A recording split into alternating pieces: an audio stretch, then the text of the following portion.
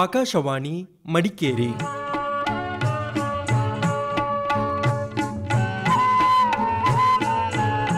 ಹಿರಿಯ ನಾಗರಿಕರೊಂದಿಗೆ ಸಂವಾದದ ಕಾರ್ಯಕ್ರಮ ಹಿರಿಯ ಜೀವಗಳ ಭಾವ.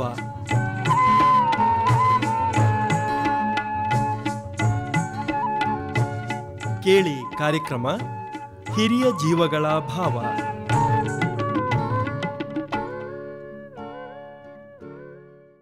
ಕೇಳಿದ್ರೆ ಇವತ್ತಿನ ಹಿರಿಯ ಜೀವಗಳ ಭಾವ ಈ ಕಾರ್ಯಕ್ರಮದಲ್ಲಿ ನಮ್ಮ ಜೊತೆ ಮಾತಾಡಲಿಕ್ಕೆ ಭಾಗಮಂಡಲ ತಾವೂರಿನ ಬಾರಿಕೆ ವೆಂಕಟರಮಣ ಅವರು ತಮ್ಮ ಅನುಭವಗಳನ್ನ ಹಂಚಿಕೊಳ್ಳಲಿಕ್ಕಿದ್ದಾರೆ.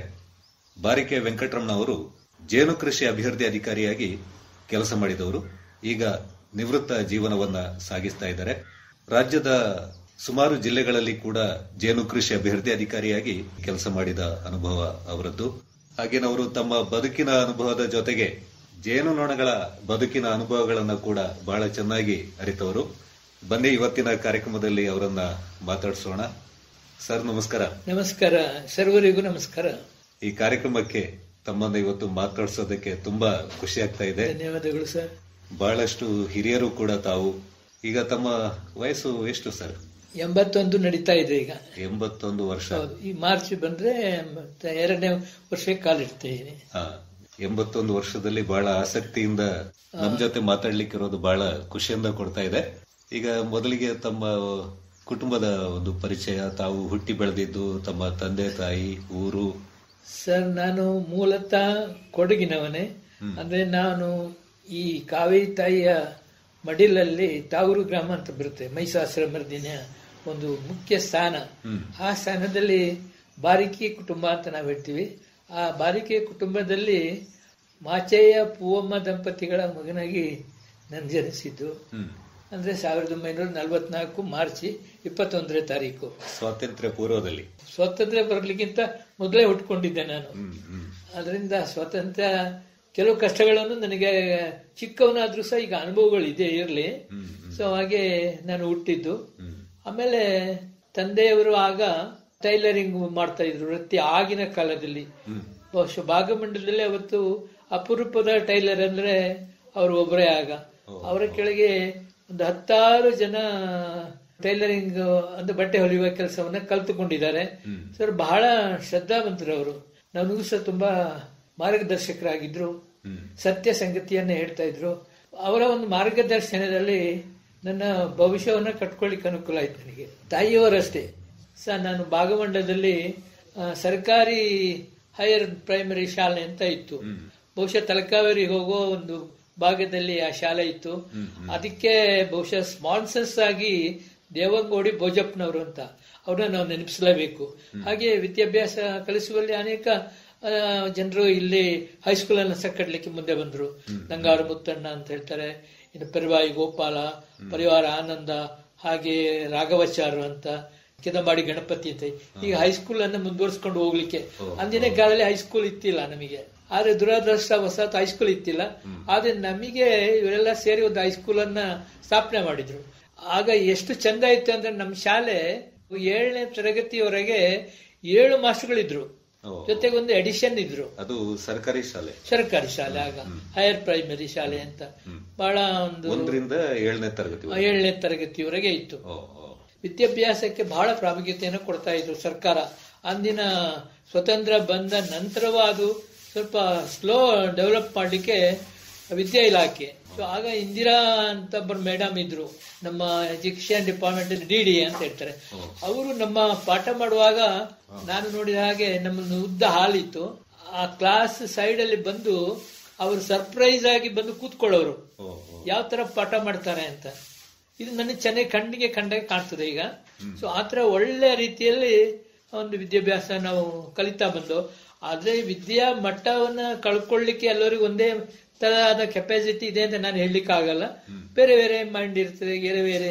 ಈ ಭಗವಂತ ಈ ತಲೆಯಲ್ಲಿ ಎಲ್ಲರಿಗೂ ಒಂದೇ ತರ ಕೊಡ್ಲಿಲ್ಲ ಅಂತ ಅನುಭವನೆ. ಹಾಗೆ ಕೊಟ್ಟಿದ್ರೆ ಇಷ್ಟೊಂದು ಕಷ್ಟನೇ ಇರ್ತಿತ್ತಿಲ್ಲ. ನನ್ನ ಏನಲ್ಲಿ ನಾವು ಅಲ್ಲಿ ಒಳ್ಳೆ ಒಂದು ವಿದ್ಯಾಭ್ಯಾಸವನ್ನು ಕಳ್ಕೊಂಡು 7ನೇ ಕ್ಲಾಸ್ ವರೆಗೆ ಕಲ್ತೋ. ಆಗ 7ನೇ ಕ್ಲಾಸ್ ಅಲ್ಲಿ ಅಂದ್ರೆ ನಮಗೆ ಅದು ಮೆಡ್ರಾಸ್ ಸ್ಕೀಮ್ ಆಗೆಲ್ಲ. ಆ 7ನೇ ಕ್ಲಾಸ್ ಫೇಲ್ ಆಗ್ಬಿಟ್ರೆ ಎಲ್ಲ ಕಟ್ಬೇಕಿತ್ತು. ಆಗ ಅದೃಷ್ಟವಶಾತ್ ನಾನು 7ನೇ ಕ್ಲಾಸ್ ಅಲ್ಲಿ ಪಾಸ್ ಆಗಿ ಮುಂದಕ್ಕೆ ಒಂದು ಜೀವನ ನಡೆಸಲಿಕ್ಕೆ ಅನುಕೂಲ ಆಯ್ತು ನನಗೆ. ಇಲ್ಲಿ ಒಂದು ಹೈಸ್ಕೂಲ್ ಇತ್ತಿಲ್ಲ, ಎಲ್ಲ ಮಡಿಕೇರಿಗೆ ಹೋಗ್ಬೇಕಿತ್ತು. ನಮ್ಮ ಪೂರ್ವಿಕರು ಮುಖ್ಯವಾಗಿ ನಂಗಾರು ಮುತ್ತಣ್ಣ ಅಂತ ಹೇಳ್ತಾರೆ, ಪರ್ವಾಯಿ ಗೋಪಾಲ, ನಮ್ಮ TR ರಾಘವಾಚಾರ್ಯರು, ಗೋಪಾಲ್ ಅಂತ ಲೋಕಲ್ ಅವರು ಹೆಡ್ ಮಾಸ್ಟರ್ ಇದ್ರು. ಸೊ ಇವರು ಪರಿವಾರ ಆನಂದ, ಕೆದಂಬಾಡಿ ಗಣಪತಿಯವರು, ಕೋರನ್ನ ದೇವಯ್ಯನವರು. ಸೊ ಇವರೆಲ್ಲ ಒಂದು ಯಾಕೆ ಒಂದು ಹೈಸ್ಕೂಲ್ ಮಾಡಬಾರ್ದು, ಈ ಊರಿನ ಪ್ರಮುಖರು ಸೇರ್ಕೊಂಡು ಒಂದು ಹೈಸ್ಕೂಲ್ ಅನ್ನ ಮಕ್ಕಳಿಗೆ ವಿದ್ಯೆ ಕಲಿಸಬೇಕು. ವಿದ್ಯೆ ಒಂದು ಜೀವನ ಆಧಾರ ಅಂತಲ್ಲ, ಅದು ಜ್ಞಾನಾರ್ಜನೆಗೆ ಅದು ಬೇಕು ಅಂತ ಹೇಳುವ ಒಂದು ಭಾವನೆ ಕೆಲವರಿಗೆ. ಈಗ ಹಾಗಲ್ಲ, ವಿದ್ಯೆ ಅಂತ ಹೇಳುವುದು ಒಂದು ಜಾಬ್ ಕೋರ್ಸ್ ಅಂತ ಆಗ್ಬಿಟ್ಟಿದೆ. ಹಾಗಾಗಿ ಜ್ಞಾನವನ್ನ ಪಡ್ಕೊಳ್ಳಿಕ್ಕೆ ಅಂತ ಉದ್ಯೋಗ ಗಿಟ್ಟಿಸ್ಲಿಕ್ಕೆ ಮಾತ್ರ ವಿದ್ಯೆ ಅಂತ ಆಗಿದೆ. ಹಾಗೆ ನಾವು ಅಲ್ಲಿ 1957 ಅಂತ ಅನಿಸುತ್ತೆ ನನಗೆ, ಬಹುಶಃ ಈಗ ಮರು ಸ್ವಲ್ಪ ಜಾಸ್ತಿ ಅಂತ ಹೇಳ್ಬೋದು, ಏನೇ ಇರ್ಲಿ. ಹಾಗೆ ನಾವು ಅಲ್ಲಿ 7ನೇ ತರಗತಿಯವರೆಗೆ ಆ ಹೈಸ್ಕೂಲ್ ಪ್ರಾರಂಭದಲ್ಲಿ ನಮಗೆ ಒಂದು ನಿಗದಿಯಾದ ಕಟ್ಟಡ ಇತ್ತಿಲ್ಲ. ಆಗ ಆ ಒಂದು ಮಾಡಿ ಮೇಲೆ ಈ ಶಾಲೆಯನ್ನ ಪ್ರಾರಂಭ ಮಾಡಿದ್ರು, ಸೊಸೈಟಿ ಮಾಡಿ ಮೇಲೆ. ಅಲ್ಲಿ ಗೋಪಾಲ ಮಾಸ್ಟರ್ ಹೆಡ್ ಮಾಸ್ಟರ್ ಆಗಿದ್ರು, ಆಮೇಲೆ ಶಿವಕುಮಾರ್ ಸರ್ ಅಂತ ಇದ್ರು, ಆಮೇಲೆ ದಾಮೋದರ ಸರ್ ಅಂತ ಇದ್ರು, ಹೀಗೆ ಮತ್ತೆ ಪೊನ್ನಪ್ಪನವರು ಅಂತ, ಕೋಡಿ ಪೊನ್ನಪ್ಪ ಅವರು ನೆಕ್ಸ್ಟ್ ಬಂದಿದ್ರು, ಸೈನ್ಸ್ ಟೀಚರ್ ಆಗಿ ಬಂದ್ರು. ಸೊ ಇವರ ಒಂದು ಏನು ಉಸ್ತುವಾರಿಯಲ್ಲಿ ಹೈಸ್ಕೂಲ್ ಪ್ರಾರಂಭ ಆಯ್ತು. ಆಗ ನಾವು ಹೈಸ್ಕೂಲ್ ಈ ಸೊಸೈಟಿ ಮಾಡಿ ಮೇಲೆ ಮತ್ತೆ ಪಂಚಾಯತಿ ಕಚೇರಿಯಲ್ಲಿ ಆವರಣದಲ್ಲಿ ಫಸ್ಟ್ ವರ್ಷ. ಈಗಲೂ ನನಗೆ ನೆನಪಾಗುತ್ತೆ, ನಾವು ಪಂಚಾಯತಿ ಕಟ್ಟಡದ ಬಾಗಿಲಲ್ಲಿ ಕೂತ್ಕೊಳ್ತಿದ್ದೋ. ಸುಮಾರು 30-40 ಮಕ್ಕಳು ಚಟ್ಟಿಮಾನಿಯಿಂದ ನಡೆದು ಬರ್ತಾ ಇದ್ರು.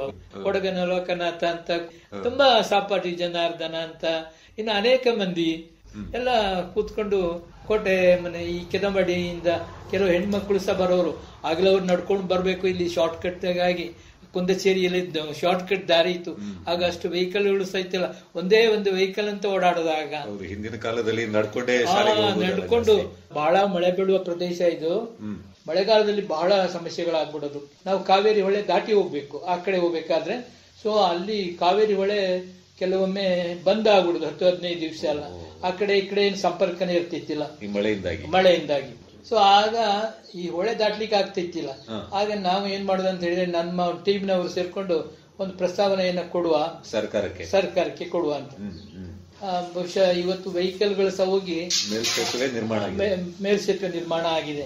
ಅದು ತುಂಬಾ ಸಂತೋಷ ಕೊಡುವ ವಿಚಾರ. ಅದಕ್ಕೆ ಈ ಸಂದರ್ಭದಲ್ಲಿ ನಾನು ಆ ಒಂದು ಪ್ರಯತ್ನದಲ್ಲಿ ಪ್ರಯತ್ನ ಪಡ್ಲಿಕ್ಕೆ ಕೊಟ್ಟವ್ರೆ ಅಭಾರಿಯಾಗಿದ್ದೀನಿ ನಾನು. ಯಾಕೆ ಆ ಸೇತುವೆ ಮಾಡ್ಲಿಕ್ಕೆ ಕಾರಣ ಅಂತ ಹೇಳಿದ್ರೆ, ನಾನು ಏನ್ ಹೇಳಿದೆ, 7ನೇ ಕ್ಲಾಸ್ ಓದುವ ಸಂದರ್ಭದಲ್ಲಿ ತುಂಬಾ ನೀರಿರೋದು ಕಾವೇರಿ ಹೊಳೆಯಲ್ಲಿ, ಫ್ಲಡ್ ಬಂದು ಬ್ಲಾಕ್ ಆಗ್ಬಿಡುದು. ಸೊ ಆ ಸಂದರ್ಭದಲ್ಲಿ ಮುಡಿಯತ್ ಮಲೆ ಅಂತ ಹೇಳ್ತಾರೆ. ಸೊ ಅಲ್ಲಿ ಒಂದು ಮಗು ಹುಷಾರಿಲ್ಲದೆ ಕಷ್ಟಪಟ್ಟು ಬಂದು ಆಸ್ಪತ್ರೆ ಸೇರ್ಕೊಂಡ್ರು ಮಡಿಕೇರಿಯಲ್ಲಿ. ಅದು ಅಲ್ಲಿ ಜೀವ ಕಳ್ಕೊಳ್ತು, ವಾಪಸ್ ಹೋಗ್ಲಿಕ್ಕೆ ಅವ್ರಿಗೆ ಆಗೋದಿಲ್ಲ. ಮತ್ತೆ ನೀರು ಕಮ್ಮಿ ಆದ ಮೇಲೆ ಕಷ್ಟಪಟ್ಟು ಅವರು ತಗೊಂಡು ಹೋದ್ರು. ಸೊ ಅದು ಯಾಕೆ ನಾ ಹೇಳ್ತಾ ಇದ್ದೀನಿ ಅಂದ್ರೆ, ನನ್ನ ನೆನಪದು ಒಂದು ಹೇಗೆ ಪರಿಸ್ಥಿತಿ ಇತ್ತು ಅಂತ. ಹಾಗೆ ನಾವು 7ನೇ ಕ್ಲಾಸ್ ಅನ್ನ ಒಂದು ರೀತಿ ಕಷ್ಟದಿಂದ ಕಳೆದ ಅಂತ ಹೇಳ್ಬೇಕು. ಸೊ ಆಮೇಲೆ ಈ ನಂಗಾರು ಮುತ್ತಣ್ಣನ ಅವರ ಅಧ್ಯಕ್ಷತೆಯಲ್ಲಿ ಒಂದು ಇಲ್ಲಿ ಜಾಗನೂ ಇತ್ತಿಲ್ಲ. ಆಗ ಜನರ ಒಂದು ಕೋಆರ್ಡಿನೇಷನ್ ಸಹ ಕಮ್ಮಿ ಇತ್ತು. ಆಗ ಇದಕ್ಕೆ ಸ್ಪಾನ್ಸರ್ ಮಾಡಿದ್ರು ನಮ್ಮ ಯಾರು ಅಂತ ಹೇಳಿದ್ರೆ ಹೊಸಗದ್ದೆ ಅಂತ ಫ್ಯಾಮಿಲಿ ಹೇಳ್ತಾರೆ, ಚಿತ್ಕಾರ ಫ್ಯಾಮಿಲಿ ಅವರು, ನಾವು ಜಾಗ ಕೊಡ್ತೀವಿ ಅಂತ ಮುಂದೆ ಬಂದ್ರು. ಸೊ ಅಲ್ಲಿ ಒಂದು ಕಟ್ಟಡವನ್ನು ಮಾಡಿದ್ರು. ಆ ಕಟ್ಟಡ ಮಾಡುವಾಗ ನಾವು SSLC ಬಂದ್ಬಿಟ್ಟಿದೀವಿ. ಆದ್ರೆ ಕೊನೆಗಳಿಗೆಲ್ಲ ಆದ್ರೂ ನಮ್ಗೊಂದು ಕಟ್ಟಡ ಆಯ್ತಲ್ಲ ಅಂತ ಹೇಳಿ ಸಂತೋಷ ಆಯ್ತು. ಆದ್ರೆ ಆ ವರ್ಷ 7 ಮಳೆ. ಶಾಲೆಯನ್ನ ಸ್ಟಾರ್ಟ್ ಮಾಡ್ಲಿಕ್ಕೆ ನಮ್ಮ ತಂದೆಯವರು ಸಹ ಬಹಳ ಸಹಕಾರವನ್ನ ಕೊಟ್ಟಿದ್ದಾರೆ. ಸೊ ಹಾಗೆ SSLC ಆಯ್ತು. ಬಟ್ ಆಗ ಮೆಡ್ರಾಸ್ ಸ್ಕೀಮ್ ನನಗೆ, ಆ ಎಲ್ಲಾ ಸ್ಕೀಮ್ ಅಲ್ಲಿ ನಾವು ಪಾಸ್ ಆಗ್ಬೇಕು. ಸೊ ನಾನು ಫಸ್ಟ್ ಅಟೆಂಪ್ಟ್ ಅಲ್ಲಿ ಫೇಲ್ ಆಗ್ಬಿಟ್ಟೆ. ಕೆಲವೇ ಮಕ್ಕಳು ಪಾಸ್ ಆದ್ರು. ಬಹಳ ಚಿಂತೆ ಆಯ್ತು, ದೇವ್ರ ಹಿಂಗ ಆಗೋಯ್ತಲ್ಲ ಅಂತ. ಆಮೇಲೆ ನಾನು ಏನ್ ಮಾಡಿದೆ ಅಂತ ಹೇಳಿದ್ರೆ, ನನಗೊಂದು ಆಸೆ, ವೆಹಿಕಲ್ ಡಿಪಾರ್ಟ್ಮೆಂಟ್ ಸೇರ್ಬೇಕಂತ, ಡ್ರೈವರ್ ಆಗ್ಬೇಕು ಅಂತ. ನಾನು ಅಮ್ಮ ಅಪ್ಪನಿಗೆಲ್ಲ ಹೇಳಿ, ನಾನು ಮಡಿಕೇರಿಯಲ್ಲಿ ಆಗ ಕಂಡಕ್ಟರ್ ಆಗ್ಬೇಕು. CPC ಕಂಪನಿ ಅಂತ ಒಂದು ಬಸ್ ಇತ್ತು ಓಡಾಡುವಾಗ, ನಿಮಗೆ ಗೊತ್ತಿರ್ಬೋದಾಗ. ಮಡಿಕೇರಿ ಗ್ಯಾರೇಜ್ ಇತ್ತು. ಸೊ ಅಲ್ಲಿ ಹೋಗಿ ಫಸ್ಟ್ ಏಡ್, ಕಾಲೇಜ್ ಡಾಕ್ಟರ್ ಅಂತಿದ್ರು, ಅಲ್ಲಿ ಫಸ್ಟ್ ಏಡ್ ಮಾಡ್ಬೇಕು. ಆ ಫಸ್ಟ್ ಏಡ್ ಮಾಡುವಾಗ ನಾನು ಹೋಗಿದ್ದೆ, ನನ್ನ ಚಿಕ್ಕಪ್ಪ ಅಂದ್ರೆ ಅಮ್ಮನ ತಂಗಿ ಗಂಡ ಬಂದ್ರು. ಏನಪ್ಪ ಇಲ್ಲಿದೆಯಲ್ಲ? ನಾನು ಇಲ್ಲ, ಶಾಲೆ ಫೇಲ್ ಆಗ್ಬಿಟ್ಟೆ, ನಾನು ಹೀಗೆ ಕಂಡಕ್ಟರ್ ಕೆಲಸಕ್ಕೆ ಹೋಗ್ತೀನಿ, ಬಸ್ಸಿಗೆ ಸೇರ್ಕೊಳ್ತೇನೆ. ಇಲ್ಲ ಹಂಗ ಹೋಗ್ಲಿ ಕುಡ್ದಂದ್ರು. ಸೊ ಅವರು ಬೇಜಾರು ಪಟ್ರು. ಸರಿ ನಿಮಗೆ ಗೌರವ ಕೊಡ್ತೀನಿ ಅಂತ ಮತ್ತೇನ್ ಮಾಡಿದೆ, ನಾನು ಟ್ಯೂಷನ್ ತಕೊಂಡು ಆಗ ಮಡಿಕೇರಿಯಲ್ಲಿ ಸೆಣೈ ಮಾಸ್ಟರ್ ಅಂತ ಇದ್ರು, ಕನ್ನಡದಲ್ಲಿ ಫೇಲ್ ಆಗಿದೆ, ಅದೇ ನನಗೆ ಬೇಜಾರು. ಕನ್ನಡದಲ್ಲಿ ಸೊ ಅವರಲ್ಲಿ ಸೆಣೈ ಮಾಸ್ಟರ್ ಅಂತ ಮಾಧವಪೇಟೆಯಲ್ಲಿ ಇದ್ರು. ಸೊ ಅವರಲ್ಲಿ ಟ್ಯೂಟೋರಿಯಲ್ಸ್ ಇತ್ತು, ಸೇರ್ಕೊಂಡು ಮಳೆಗಾಲ ಸೆಪ್ಟೆಂಬರ್ ಅಲ್ಲಿ ಎಕ್ಸಾಮ್ ಆಯ್ತು, ಅದ್ರಲ್ಲಿ ಪಾಸ್ ಆಯ್ತು, ಕ್ಲಿಯರ್ ಆಯ್ತು ನನಗೆ. ಇನ್ನು ಏನ್ ಮಾಡ್ಬೇಕು, ಜಾಬಿಗೆ ಹೋಗ್ಬೇಕು. ಜಾಬ್ ಆಗ ಬೇಕಾದಷ್ಟು ಜಾಬ್ ಸಿಕ್ಕೋದು. ನಾವೇನ್ ಮಾಡೋದು ಅಂತ ಹೇಳಿದ್ರೆ, ಆಗ ಕೊಡಂಜಾರ ಬೋಪಾಯ ಅಂತ ಒಬ್ರು ಇದ್ರು, ತುಂಬಾ ಸಾರ್ವಜನಿಕ ಕೆಲಸಗಳನ್ನು ಮಾಡೋರು. ಆಗ ಅವರು ನಮ್ಮನ್ನ, ನಾವು ಒಂದು 4-5 ಜನ, ದೇವರಾಜ್ ಅಂತ ಒಬ್ರು, ಆಮೇಲೆ ಇದ್ರು ಕೊಡನೋಳ ವೆಂಕಟರಮಣ, ನನ್ನ ಬ್ರದರ್ ಚಿಕ್ಕಪ್ಪ ಆಗ್ಬೇಕವರು ರಾಮಪ್ಪ ಅಂತ, ನಾವೆಲ್ಲ ಹೋದ ಇಂಟರ್ವ್ಯೂಗೆ ಹೋದೋ, ನಾವು ಸೆಲೆಕ್ಟ್ ಆದೋ. ಆದ್ರೆ ದುರಾದೃಷ್ಟ ಅಂತ ಹೇಳಿದ್ರೆ ಯಾವುದೋ ಒಂದು ಸರ್ಟಿಫಿಕೇಟ್ ಅಲ್ಲಿ ಒಂದು ಸಣ್ಣ ಕರೆಕ್ಷನ್ ಆದಂಗೆ ಆಗಿತ್ತು. ಅದನ್ನ ಸೆಲೆಕ್ಷನ್ ಆದ್ಮೇಲೆ ಹೋಗಿ ಅವ್ರು ಹೇಳಿದ್ರು, ನೀವು ಇದನ್ನೊಂದು ಹೆಡ್ ಮಾಸ್ಟರ್ ಇಂದ ಸಿಗ್ನೇಚರ್ ಮಾಡ್ಕೊಂಡು ಬನ್ನಿ ಅಂತ.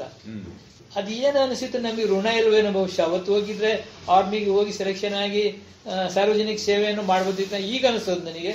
ಬಟ್ ಅಲ್ಲಿ ಆಗ್ಲಿಲ್ಲ, ನಾವು ಸುಮ್ನೆ ಕುತ್ಕೊಂಡು ಹೋಗ್ಲಿಲ್ಲ, ಹಾಗಾಗಿ ಅದು ಕೈ ಬಿಟ್ಟು ಹೋಯ್ತು.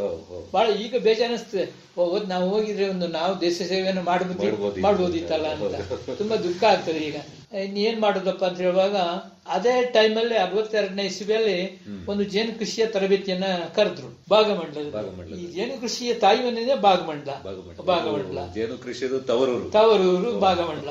ಆ ತಾಯಿ ಮನೆ ನಾನು ಇವತ್ತು ತಾಯಿ ಮನೆ ಹೋಗ್ತಾ ಇದ್ದಿರ್ತೀನಿ.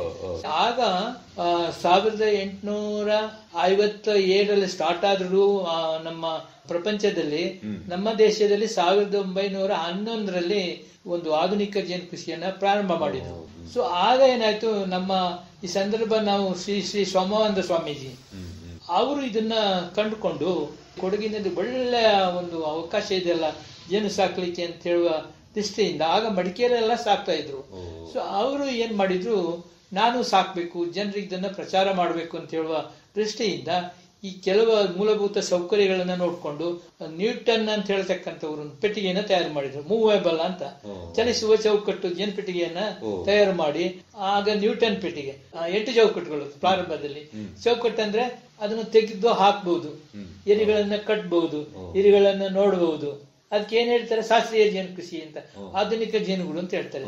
ಅಂದ್ರೆ ಮೂವೇಬಲ್ ಫ್ರೇಮ್ಸ್ ಎಲ್ಲ ಮೂವೇಬಲ್, ಅಡಿಮಣೆ ಮೂವೇಬಲ್, ಸಂಸಾರ ಕೋಣೆ ಮೂವೇಬಲ್, ಭಾಗವನ್ನು ನೋಡಿ. ಯಾಕೆ ಮಾಡಿದ್ರೆ ಅಂತ ಹೇಳಿದ್ರೆ, ಜೇನು ಗೂಡಿನ ಆಗು ಹೋಗುಗಳನ್ನ ಪರೀಕ್ಷೆ ಮಾಡಿ ಅದಕ್ಕೆ ಬೇಗ ಬೇಡಿಕೆಗಳನ್ನ ಒದಗಿಸುವಂತ ರೀತಿಯಲ್ಲಿ ಜೇನು ಪೆಟ್ಟಿಗೆಯನ್ನ ತಯಾರು ಮಾಡಿದ್ರು. ಅದನ್ನ ನಮ್ಮ ಈ ಸಂಭವಾನಂದ ಸ್ವಾಮೀಜಿಯವರು ಅದನ್ನ ಸ್ಟಡಿ ಮಾಡಿ ಕೊಡಗು ಜಿಲ್ಲೆಯಲ್ಲಿ ಆ ನ್ಯೂಟನ್ ಪೆಟ್ಟಿಗೆಯನ್ನು ಆಧಾರವಾಗಿಟ್ಟುಕೊಂಡು ಜೇನು ಪೆಟ್ಟಿಗೆಯನ್ನ ಪ್ರಾರಂಭ ಮಾಡಿ 1930. ಸೊ ಹಾಗೆ ಅವರು ವಿರಾಜಪೇಟೆಯಲ್ಲಿ 1936ರಲ್ಲಿ ಜೇನು ಮತ್ತು ಮೇಣ ಉತ್ಪಾದಕರ ಸಹಕಾರ ಸಂಘವನ್ನ ಸ್ಥಾಪನೆ ಮಾಡಿದ್ರು. ಇದು ಬಹುಶಃ ದೇಶದಲ್ಲಿಯೇ ಪ್ರಥಮ ಜೇನು ಸಹಕಾರಿ ಸಂಘ ಅಂತ ನಾನು ಹೇಳ್ತೀನಿ. ಆಮೇಲೆ 1956ರಲ್ಲಿ ಭಾಗಮಂಡಲದಲ್ಲಿ ಜೇನು ಕೃಷಿ ಸಹಕಾರ ಸಂಘವನ್ನ CPBKCS ಅಂತ ಮಾಡಿದ್ರು. ಸೊ ಇದನ್ನ ಮನಗಂಡ ನಮ್ಮ ಭಾಗದ ಜನ, ಅಂದ್ರೆ ಕಾವೇರಿ ಹೊಳೆ ಈಚೆ ಭಾಗದ ಜನ ಇದನ್ನ ಕಂಡುಕೊಂಡು ನಾವು ಸಹ ಯಾಕೆ ಒಂದು ಸೊಸೈಟಿಯನ್ನ ಮಾಡುವ ಹೇಳುವ ದೃಷ್ಟಿಯಿಂದ ಒಂದು ಸಂಘವನ್ನ ಸ್ಥಾಪನೆ ಮಾಡಿದ್ರು. ಜೇನು ಕೃಷಿಯ ಆ ಕಾಲದಲ್ಲಿ ಇದು ಯಾರು ಮಾಡ್ತಾರೆ ಅಂತ ಹೇಳಿದ್ರೆ, ಏನು ಗೊತ್ತಿಲ್ಲದವರು ಮಾಡುವ ಒಂದು ಕಸುಬು ಅಂತ ತಿಳ್ಕೊಂಡಿದ್ರು. ಆದ್ರೆ ಎಷ್ಟು ವರಮಾನ ಇದೆ, ಅದರಿಂದ ಏನು ಪ್ರಯೋಜನ ಇದೆ ಅಂತ ಯಾರು ಕಂಡುಕೊಂಡಿಲ್ಲ. ಸೊ ಅದ್ರ ನಂತರ ನಮ್ಮಲ್ಲಿ BM ಮುತ್ತಪ್ಪ ಅಂತ, ಮೊಳಕಾರಣ್ಣ ಮುತ್ತಪ್ಪ ಅಂತ ಹೇಳ್ತಾರೆ, ಅವರನ್ನ ಜೇನು ಕೃಷಿ ಅಭಿವೃದ್ಧಿ ಅಧಿಕಾರಿಯಾಗಿ ತಗೊಂಡ್ರು. ಫಸ್ಟ್ ಅದು ಭಾಗಮಂಡಲದಲ್ಲಿ ಅದರ ಒಂದು ಕಚೇರಿಯನ್ನ ನಿರ್ಮಾಣ ಮಾಡಿ ನಮ್ಮ ಭಾಗಮಂಡಲ ಸೊಸೈಟಿಯ ವ್ಯಾಪ್ತಿಗೆ ತಂದು, ಸೊ ಇವರು ಅದ್ರಲ್ಲಿ ಮೇನ್ ಆಗಿದ್ರು, ಪ್ರವರ್ತಕರಾಗಿದ್ರು. ಜೇನು ಕೃಷಿಯನ್ನ ಚೆನ್ನಾಗಿ ಬೆಳೆಸಿದ್ರು ಕೊಡಗು ಜಿಲ್ಲೆಯಲ್ಲಿ. ಸೊ ಹಾಗೆ ಇಲ್ಲಿ ಒಂದು ಸೊಸೈಟಿ ಆಯ್ತು, ವಿರಾಜಪೇಟೆಯಲ್ಲಿ ಒಂದು ಸೊಸೈಟಿ ಆಯ್ತು, ಹಾಗೆ ಬೇರೆ ಜಿಲ್ಲೆಗಳೆಲ್ಲ ಸೊಸೈಟಿಗಳಿದೆ. ಅದು ಸಹ ನನ್ನ ವ್ಯಾಪ್ತಿಗೆ ಬರತಕ್ಕಂಥ ಸೊಸೈಟಿಗಳಾಗಿತ್ತು. ಆದ್ರೆ ಫಸ್ಟ್ ಇದು ಸ್ಟಾರ್ಟ್ ಆಯ್ತು. ಸುಮಾರು 13 ಸಹಕಾರ ಸಂಘಗಳು ಕರ್ನಾಟಕದಲ್ಲಿ ಜೇನು ಸಹಾಯ ಸಂಘ, ಹೊನ್ನಾವರ, ಅಂಕೋಲ, ಕೊಮ್ಮಟ, ಸಿರಸಿ, ಸಿದ್ದಾಪುರ, ಸಕಲೇಶ್ಪುರ, ಬಿಳಿಗಿರಿ ರಂಗನ ಬೆಟ್ಟ, ಹೀಗೆ ಅನೇಕ ಸೊಸೈಟಿಗಳು ಪ್ರಥಮವಾಗಿ ಶುರುವಾಗಿದ್ದು ಕೊಡಗು ಜಿಲ್ಲೆ, ಬಹುಶಃ ಇಂಡಿಯಾದಲ್ಲಿ ಅಂತ ಹೇಳ್ಬೋದು. ವಿರಾಜಪೇಟೆಯಲ್ಲಿ ಸ್ಟಾರ್ಟ್ ಆಯ್ತು. ಅದರಿಂದ ಜನರಿಗೆ ಬಹಳ ಸಹಾಯ ಆಯ್ತು. ಅಂದ್ರೆ ಆಗಿನ ಕಾಲದಲ್ಲಿ ಏನು ಉತ್ಪತ್ತಿ ಇತ್ತಿಲ್ಲ, ಬರೀ ಭತ್ತ, ಕಾಫಿ ಸಣ್ಣ ಪ್ರಮಾಣದಲ್ಲಿತ್ತು, ಮತ್ತೆ ಏಲಕ್ಕಿ 57ರಲ್ಲಿ ಪ್ರಾರಂಭ ಆಯ್ತು. ಇದೆಲ್ಲ ಆದ ನಂತರ ದಕ್ಷಿಣ ಕೊಡಗಿನಲ್ಲಿ ಬಹಳ ಜನ ಎಲ್ಲ ಭತ್ತದ ಕೃಷಿಕರು. ಆಗ ಸುಮಾರು 22,000 ಹೆಕ್ಟೇರ್ ಅಲ್ಲಿ ಕೊಡಗು ಜಿಲ್ಲೆಯಲ್ಲಿ ಭತ್ತ ಬೆಳೀತಾರೆ ಅಂತ ಕೇಳಿರ್ಬೋದು. ಬಟ್ ಇವತ್ತು ಆ ಭತ್ತ ಬೆಳೆಯುವ ಏರಿಯಾ ಎಷ್ಟರ ಮಟ್ಟಿಗೆ ಇದೆ ಅಂತ ನನಗಂತೂ ಹೇಳಕ್ಕಾಗಲ್ಲ. ಬಟ್ ನಾನು ತುಂಬಾ ಕೆಲವು ಸೆಮಿನಾರ್ ಅಲ್ಲಿ ಭಾಗವಹಿಸಿ ನಾ ಹೇಳ್ತಿದ್ದೆ, ದಯವಿಟ್ಟು ಭತ್ತವನ್ನು ಬಿಡಬೇಡಿ, ನಮ್ಮ ಅನ್ನ ಕೊಡುವ ತಾಯಿ ಗದ್ದೆಯನ್ನು ಹಾಳು ಮಾಡಬೇಡಿ, ಅದು ಬಿಟ್ಟು ಎಲ್ಲರೂ ಕಷ್ಟಪಡೋದು ಹೊಟ್ಟೆಗಾಗಿ ಗೇಣು ಬಟ್ಟೆಗಾಗಿ, ಅದನ್ನು ಉಳಿಸ್ಕೊಳ್ಳೋಣ ಅಂತ ಮಾತನ್ನ ಕಿವಿ ಮಾತನ್ನ ಹೇಳ್ತಿದ್ದೆ. ಆಯ್ತಾ? ಹಾಗೆ ಈ ನಮ್ಮ ಭಾಗಮಂಡಲ ಸೊಸೈಟಿ ಎಲ್ಲಿವರೆಗೆ ಬೆಳೆದಿತ್ತಂದ್ರೆ ಸೋಮವಾರಪೇಟೆಯವರೆಗೆ ಬೆಳೆದಿತ್ತು. ಶಾಂತಹಳ್ಳಿ ಅಂತ ಹೇಳ್ತಾರೆ. ಆ ಶಾಂತಹಳ್ಳಿ ಸಹ ಬಹಳ ಒಂದು ಜೇನಿಗೆ ಪ್ರಖ್ಯಾತವಾದ ಸ್ಥಳ. ಆ ಕಡೆ ಬಿರುನಾಣಿ ಅಂತ ಹೇಳ್ತಾರೆ. ಆ ಬಿರುನಾಣಿ ಸಹ ಒಂದು ಜೇನಿಗೆ, ಆ ಬಿರುನಾಣಿ ಜೇನು, ಭಾಗಮಂಡಲ ಜೇನು, ಶಾಂತಹಳ್ಳಿ ಜೇನು ಅಂದ್ರೆ ಬೆಂಗಳೂರಿಗೆ ಆ ಜೇನು ತಗೊಂಡು ಹೋಗ್ಬಿಟ್ರೆ ನಿಮ್ಮ ಏನು ಕೆಲಸ, ಆ ಒಂದು ಬಾಟ್ಲು ಒಂದು ಸ್ವಲ್ಪ ಜೇನು ಇಟ್ಕೊಂಡು ಬಂದಿದ್ದಾರೆ ಅಂತ ಅವ್ರಿಗೆ ತುಂಬಾ ಸಂತೋಷ ಆಗ್ತಿತ್ತು. ಆ ಒಂದು ಜೇನುತುಪ್ಪ ತಿಂದ್ರೆ ಅದು ಏನೋ ತಿಂದಂಗ ಆಗ್ತಿತ್ತು, ಅಷ್ಟು ಒಂದು ಪ್ರಖ್ಯಾತಿಯನ್ನ ಪಡೆದಿತ್ತು. ಸೊ ಹೀಗೆ ಬೆಳೆದು ಬಂದ ಸಂದರ್ಭದಲ್ಲಿ ನಾನು ಜೇನು ಕೃಷಿ ತರಬೇತಿ ಕೇಂದ್ರದಲ್ಲಿ ನಮ್ಮ ಮುತ್ತಪ್ಪ ಆಫೀಸರ್ ಅಂತ ಇದಾರಲ್ಲ, ಅವರು ನನಗೆ ಫಸ್ಟ್ ಅವಕಾಶ ಕೊಡ್ಲಿಲ್ಲ ಜೇನು ಕೃಷಿ ತರಬೇತಿಗೆ. ನೀನು ಇಲ್ಲಿಯವನಲ್ಲಯ್ಯ, ಮತ್ತೆ ಬಾ ಅಂತ ಹೇಳಿದ್ರು. ನಾನು ತರಬೇತಿಗೆ ಸೀಟ್ ಇತ್ತು, 62 ಸೀಟ್ ಇತ್ತು, 40 ರೂಪಾಯಿ ಸ್ಟೈಪೆಂಡ್ ಕೊಡೋರು. ಎಲ್ಲ ಕಂಪ್ಲೀಟ್ ಆಗೋಗಿತ್ತು. ಬೇರೆ ಬೇರೆ ಜಿಲ್ಲೆಗಳಿಂದ ಮಕ್ಕಳು ಬರೋರು. ನಾನು ನಾಳೆ ಬರ ನೋಡೋಣ ಅಂದ್ರು. ನಾನು ನಾಳೆ ಅಂತ ಹೋದಾಗ ಒಂದು ಸೀಟ್ ಖಾಲಿ ಇತ್ತು. ನೀನು ಒಳ್ಳೆ ಅದೃಷ್ಟವಂತ ಕಣಯ್ಯ, ಸೇರ್ಕೋ ಅಂದ್ರು.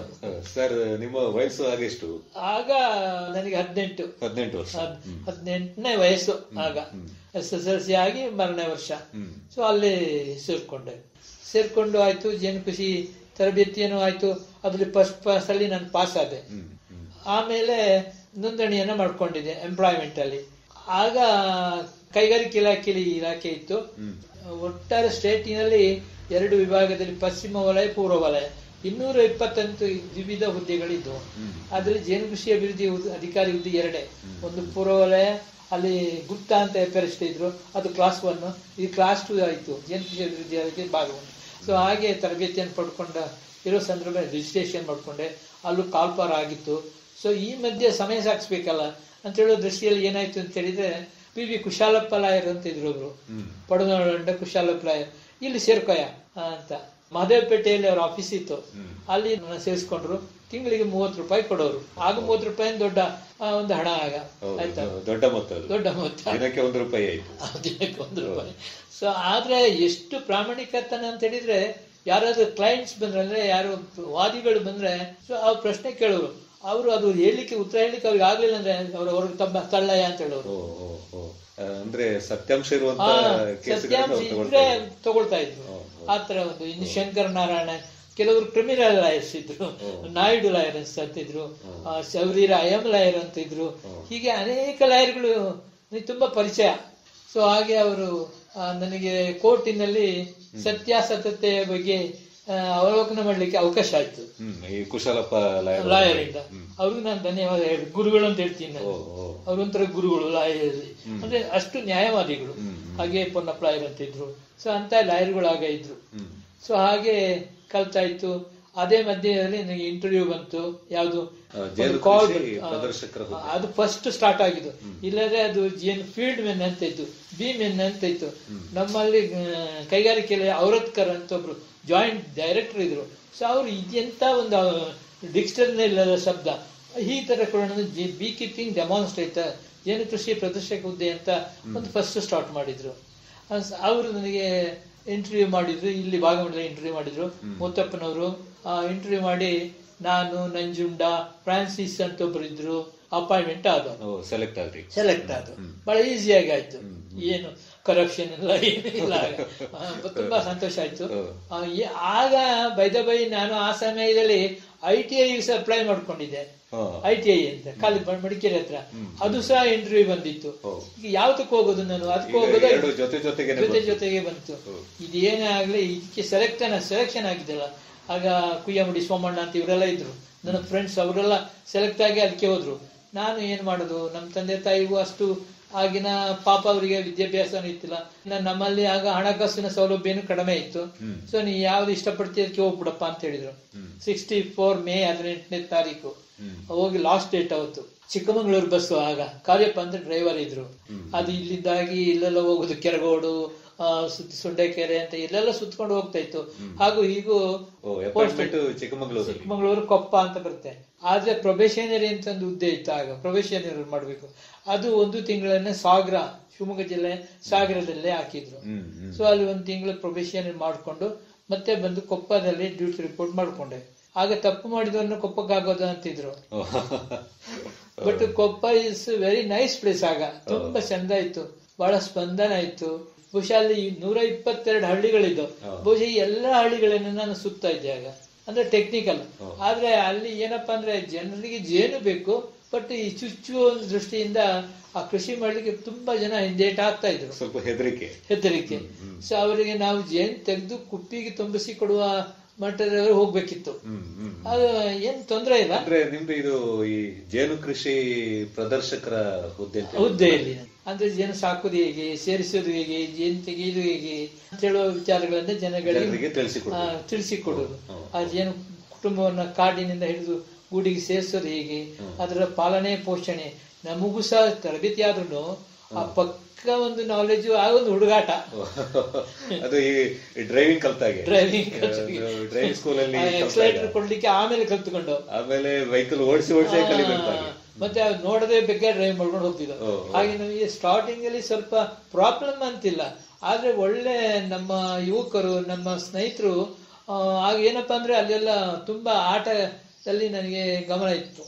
ಆಟ ಆಡ್ಲಿಕ್ಕೆ ಕಬಡ್ಡಿ ಇರ್ಬೋದು, ಕ್ರಿಕೆಟ್ ಇರ್ಬೋದು, ಜೊತೆಗೆ. ಸೊ ಅಲ್ಲಿ ಕಾಪಿ ಬೋರ್ಡ್ ಇತ್ತು ಆಗ. ಬಾಳೆಹೊನ್ನೂರಿನ ಬ್ರಾಂಚಿನ ಕಾಪಿ ಬೋರ್ಡ್ ಚಂದ್ರಮೌಳಿ ಅಂತ ಇದ್ರು. ಅವರು ಎಲ್ಲ ಬನ್ನಿ ಸರಿ, ಅಲ್ಲಿ ಏನಾದ್ರು ಆಟ ಇದ್ರೆ, ಸ್ಪೆಷಲ್ ಆಟ ಇದ್ರೆ ಕಲ್ತ್ ಬಿಡೋರು. ಒಂದು ಕ್ರಿಕೆಟ್ ನಾನು ಕೀಪರ್ ಆಗಿರ್ತಿದ್ದಾಗ ತುಂಬಾ ಇಂಟ್ರೆಸ್ಟ್. ಹಾಗೆ ಫುಟ್ಬಾಲು, ವಾಲಿಬಾಲು ಎಲ್ಲಾ ಕಡೆ ಹೋಗ್ತಿದ್ದೋ. ನರಸಿಂಹರಾಜಪುರ, ಬಾಳೆಹೊನ್ನೂರು. ನೀವು ಹೆದರ್ಬೇಡಿ, ನಿಮಗೆ ನಾವಿದ್ದೀವಿ ಅಂತ ಹೇಳೋರು, ಕರ್ಕೊಂಡು ಹೋಗೋರು. ಸೊ ಹಾಗೆ ಅದೊಂದು ಒಳ್ಳೆ ಅನುಭವ. ಸ್ನೇಹಿತರ ಒಂದು ಬಳಗ ಬಹಳ ಚೆನ್ನಾಗಿತ್ತು. ನಾನು ಇವತ್ತು ಸಹ ಅವ್ರನ್ನೆಲ್ಲ ನೆನಪು ಮಾಡ್ತೀನಿ. ಹಾಗೆ ಒಳ್ಳೆ ಡಾಕ್ಟರ್ಗಳು, ಯೋಗೇಂದ್ರ ನಾಯ್ಕ ಅಂತಿದ್ರು, ಮತ್ತೆ ಡಾಕ್ಟರ್ ಅಂಜನಪ್ಪ ಅಂತ ಒಬ್ರು ಬೆಸ್ಟ್ ಡಾಕ್ಟರ್. ಸೊ ಅಲ್ಲಿ ಒಳ್ಳೆ ಸರ್ವಿಸ್ ಮಾಡಿ ನಾನು ತುಂಬಾ ಹಳ್ಳಿಗಳಿಗೆ ಹೋಗ್ತಾ ಇದ್ದು. ಅದರ ಮಧ್ಯೆಯಲ್ಲಿ ನಾನೊಂದು ಪಾರ್ಟ್ ಟೈಮ್ ಆಗಿ ನಮ್ಮ ಒಬ್ಬರು ರಿಲೇಷನ್ ಇದ್ರು, ಮಂದಣ್ಣ ಅಂತ. ಸಿಂಪಲ್ ಆಗಿ ಒಂದು ಪಂಚಾಯತ್ ಉಟ್ಕೊಂಡಿರೋರು ಅಷ್ಟೇನೆ. ಅವ್ರಿಗೆ 13 ಎಸ್ಟೇಟ್, ಇಲ್ಲಿಂದ ಕೊಂಡೆಪೇಟೆಯವರೆಗೆ ಅವ್ರಿಗೆ ಎಸ್ಟೇಟ್ಗಳಿದ್ವು. ಆ ಒಂದು ಎಸ್ಟೇಟಿನ ಕೇವಲ ಸಣ್ಣ ಮೇಂಟೆನೆನ್ಸ್ ಮಾಡ್ಲಿಕ್ಕೆ ನನ್ನನ್ನು ಅವ್ರು ಸಹಾಯ ಮಾಡಿ ಅಂತ ಕರೆದಿದ್ರು, ಮಂದಣ್ಣ ಅಂತ ಹೇಳೋರು. ಅವ್ರು ಒಂದು 30 ರೂಪಾಯಿ ಕೊಡೋರು ನನಗೆ ಒಂದು ಒಳ್ಳೆ ಕಾಫಿ. ಆ ಕಾಫಿ ನೆನೆಸ್ಕೊಂಡ್ರೆ ಇವತ್ತು ಆ ಕಾಫಿ ನಮ್ದು ಕಾಫಿ ಅಲ್ಲ, ಅದು ಚಿಕ್ಕಮಗಳೂರು ಕಾಫಿ ಅಂದ್ರೆ ಇವತ್ತು ಆ ಕಾಫಿ ಟೇಸ್ಟೇ ಬರೋಲ್ಲ. ಇಲ್ಲಿ ಯಾರು ಮಾಡಲ್ಲ. ಜಾಗನಹಳ್ಳಿ ಅಂತ ಬರ್ತದೆ ಚಿಕ್ಕಮಗಳೂರು ಹತ್ರ, ಅಲ್ಲೊಂದು ಸೆಂಟರ್ ಇತ್ತು, ಅಲ್ಲಿ ಪ್ರಪೋಸಲ್ ಮಾಡಿದ್ರು. ಅದೇ ಸಂದರ್ಭದಲ್ಲಿ ಮಡಿಕೇರಿ ಸೋಮವಾರಪೇಟೆ ತಾಲೂಕಲ್ಲಿ ಜಕ್ಕನಹಳ್ಳಿ ಅಂತ ಒಂದು ಸೆಂಟರ್ ಇತ್ತು. ಆಗ ಅದು ಅಪ್ಪಿ ಜಕ್ಕನಹಳ್ಳಿ ಅಂತ ಆಗಿದೆ. ಅದು ಆಗ ಜಕ್ಕನಹಳ್ಳಿ ಅಂತ ಹೇಳಿದ್ರೆ ಬಹಳ ಇಂಟೀರಿಯರ್ ಪ್ಲೇಸ್, ಸೋಮವಾರಪೇಟೆಯಲ್ಲಿ ಪುಷ್ಪಗಿರಿ ಬಾರ್ಡರ್. ಅದು ನಾನು ಮಲೆನಾಡಿನವನಾದ್ರೂ ಸಹ, ಜಿಗಣೆ ಕಾಟದಲ್ಲಿ ಇದ್ದವನಾದ್ರೂ ಸಹ ಅಲ್ಲಿ ಹಾರಿಬಿಲ್ ಮಳೆ ಬರುತ್ತೆ ಪುಷ್ಪಗಿರಿ ಏರಿಯಾದಲ್ಲಿ. ಪುಷ್ಪಗಿರಿ, ಜಕ್ಕನಹಳ್ಳಿ, ಕೊತ್ತನಹಳ್ಳಿ, ಶಾಂತಹಳ್ಳಿ ಅಂತ. ಸೊ ಅಲ್ಲಿಗೆ ಪೋಸ್ಟಿಂಗ್ಸ್ ಮಾಡಿದ್ರು. ಚಿಕ್ಕಮಗಳೂರಿಂದ ನಂತರ ಚಿಕ್ಕಮಗಳೂರಿಂದ ಇಲ್ಲಿಗೆ ಬಂದೆ. ಸೊ ಅಲ್ಲಿಂದ ನಾನು ಇಷ್ಟು ವರ್ಷ ಸರ್ವಿಸ್ ಮಾಡಿದ್ರು ನಮಗೊಂದು ಪ್ರಮೋಷನ್ ಬರ್ಲಿಲ್ಲ. ಬಹಳ ಬೇಜಾರಾಯ್ತು. ಎಲ್ಲಾ ಡಿಪಾರ್ಟ್ಮೆಂಟ್ ಪ್ರಮೋಷನ್ ನಮಗೆ ಇಲ್ಲಲ್ಲ, ಇವಾಗ ನಮ್ಮ ದುರಾದೃಷ್ಟ ಅಂತ. ಆಗ ಏನ್ ಮಾಡಿದ್ರು ಅಂತ ಹೇಳಿದ್ರೆ, ನಮ್ಮ ಇಲಾಖೆಯಿಂದ ಒಂದು ಅಪೂರ್ವವಾದ ಒಂದು ಕಾಲ್ ಮಾಡಿ, ಜೇನು ಕೃಷಿ ಸಂಘಟಕರ ಹುದ್ದೆ ಒಂದು ಖಾಲಿ ಆಯ್ತು ಭಾಗಮಂಡಲ. ಸೊ ಅಲ್ಲಿಗೆ ಒಂದು ಜೇನು ಕೃಷಿ ಸಂಘಟಕ ಹುದ್ದೆಯನ್ನು ನನಗೆ ಪ್ರಮೋಷನ್ ಕೊಟ್ಟು ನನಗೆ ಭಾಗಮಂಡಲದಲ್ಲಿ ಟ್ರೈನಿಂಗ್ ಸೆಂಟರ್ಗೆ ಹಾಕಿದ್ರು. ಅಲ್ಲಿ ಏನಿತ್ತು ಅಂದ್ರೆ ಟೆಕ್ನಿಕಲ್ ಅಸಿಸ್ಟೆಂಟ್ ಅಂತ ಇತ್ತು. ಜೇನು ಕೃಷಿ ತರಬೇತಿಗಾಗಿ ಒಂದು ಹುದ್ದೆ ಇತ್ತು, ಅದು ನನಗೆ ಕೊಟ್ರು ಅದನ್ನ. ಸೊ ಅದನ್ನ ನಾನು ಒಂದು 2 ವರ್ಷ ಅಲ್ಲಿ ನಿಭಾಯಿಸಿದೆ. ಮತ್ತೆ ಜೇನು ಕೃಷಿ ಅಭಿವೃದ್ಧಿ ಅಧಿಕಾರಿಯಾಗಿ ಪ್ರಮೋಷನ್ ಆಯ್ತು 1992. ಅಷ್ಟರಲ್ಲಿ ಪ್ರಭಾರ ಜೇನು ಕೃಷಿ ಅಭಿವೃದ್ಧಿ ಅಧಿಕಾರಿಯಾಗಿ ಕೆಲಸ ಮಾಡ್ತಾ ಇದ್ದೆ.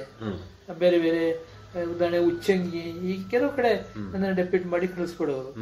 ಈ ಒಂದು ಅವಕಾಶ ಸಿಕ್ತು. ನಾನು ಜೇನು ಕೃಷಿ ಸಂಘಟಕರ ಹುದ್ದೆ ಅಂದ್ರೆ ನಮ್ಮ ಟೆಕ್ನಿಕಲ್ ಇದನ್ನ ಪ್ರದರ್ಶನ ಮಾಡ್ಲಿಕ್ಕೆ ಒಳ್ಳೆ ಅವಕಾಶ ಆಯ್ತು. ಜೊತೆಯಲ್ಲಿ ಅಲ್ಲಿಂದನೇ ನನಗೆ ನಮ್ಮ ಪೇಪರ್ ಪುಟಪ್ ಆಯ್ತು ಪ್ರಮೋಷನ್ಗೆ ಅಂತ.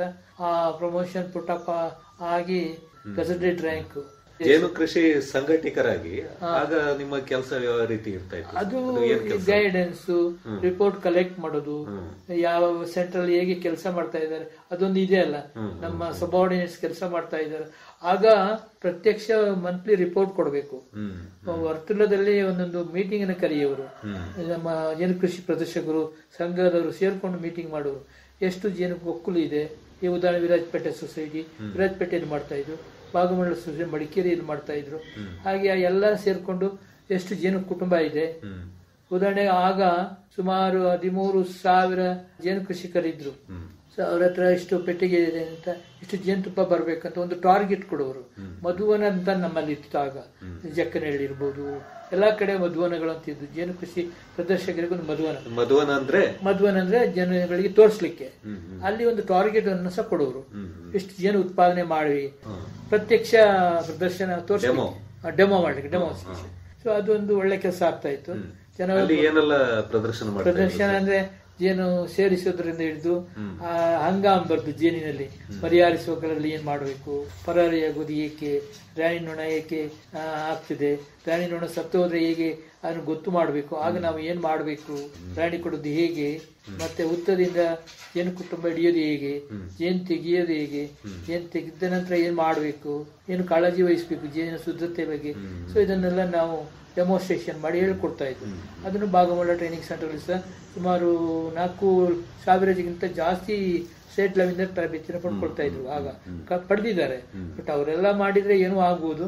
ಬಟ್ ಕೆಲವರು ಒಂದು ಅಷ್ಟು ಇಂಟ್ರೆಸ್ಟ್ ಇರೋದಿಲ್ಲ. ಜೇನು ಕೃಷಿ ಅಂತ ಹೇಳಿದ ಒಂದು ಲೈವ್ ಸೈನ್ಸ್, ಜೀವಂತ ವಿಜ್ಞಾನ. ಅದು ಸುಲಭದಲ್ಲಿ ಎಕ್ಸ್ಪ್ರೆಸ್ ಮಾಡೋದಂದ್ರೆ ತುಂಬಾ ತುಂಬಾ ಕಷ್ಟ ಅಂತ ನನ್ನ ಅಭಿಪ್ರಾಯ. ಅದನ್ನ ಸರ್ಕಾರಕ್ಕೆ ನಾವು ಒತ್ತಡವನ್ನ ಮಾಡ್ತೀವಿ. ಮಾಡರ್ನ್ ಬಿ ಕೀಪಿಂಗ್ ಹೇಗಿರ್ಬೇಕು, ಇದೊಂದು ಲೈವ್ ಸೈನ್ಸು. ಹಾಗೆ ನಾನು ಅಲ್ಲಿಂದ ಜೇನು ಸಂಘಟಕರದ್ದೇ ಆಯ್ತು. ಅಲ್ಲಿ ನನಗೆ ಮುಂಬಡ್ತಿ ಸಿಕ್ತು. ಅದು ಜೇನು ಕೃಷಿ ಅಭಿವೃದ್ಧಿ ಅಧಿಕಾರಿಯಾಗಿ. ಈಗ ಮೊದಲು ತಾವು ಕೆಲಸ ಮಾಡಿದ್ದು ಎಲ್ಲಿ ಸರ್? ಮೊದಲು ನಾನು ಮಡಿಕೇರಿಯಲ್ಲಿ.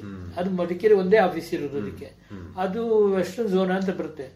ಪಶ್ಚಿಮ ವಲಯಕ್ಕೆ ಅಂದ್ರೆ ಕಾರವಾರ, ಹೊನ್ನಾವರ, ಅಂಕೋಲ, ಇದೆಲ್ಲ ವಲಯ ಮಟ್ಟದಲ್ಲಿ. ನನಗೆ ಸ್ಟಾರ್ಟಿಂಗ್ ಅಲ್ಲಿ 7 ಜಿಲ್ಲೆ ಕೊಟ್ಟಿದ್ರು.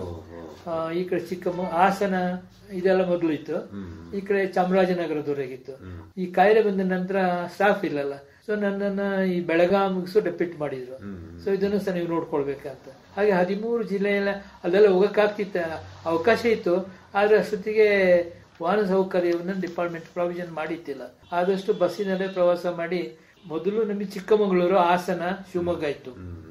ಈಚೆ ಹೋದಾಗ ಕೊಡಗು, ಚಿಕ್ಕಮಗಳೂರು, ಮೈಸೂರು, ಚಾಮರಾಜನಗರ, ಅಲ್ಲಿ ಜೇನು ಕೃಷಿ ಜೇನನ್ನು ಕಲೆಕ್ಟ್ ಮಾಡೋದು, ಮತ್ತೆ ಅವರಿಗೆ ಒಳ್ಳೆ ಪ್ರೋತ್ಸಾಹನ ಕೊಡ್ತಾ ಇದ್ರು.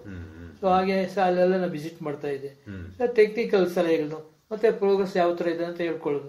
ನನ್ನ ಆತ್ಮೀಯರು ಕೆಲವರು ಇದ್ರು. ಅವ್ರು ತುಂಬಾ ಆತ್ಮೀಯರಾಗಿ ಈಗಲೂ ಬರ್ತಾರೆ. ಮೊನ್ನೆ ತಾನೇ ಬಂದಿದ್ರು. ಹಾಸನ ಜಿಲ್ಲೆಯಲ್ಲಿ ಕೆಲವರು ಹುಡುಗರು ಇದ್ರು.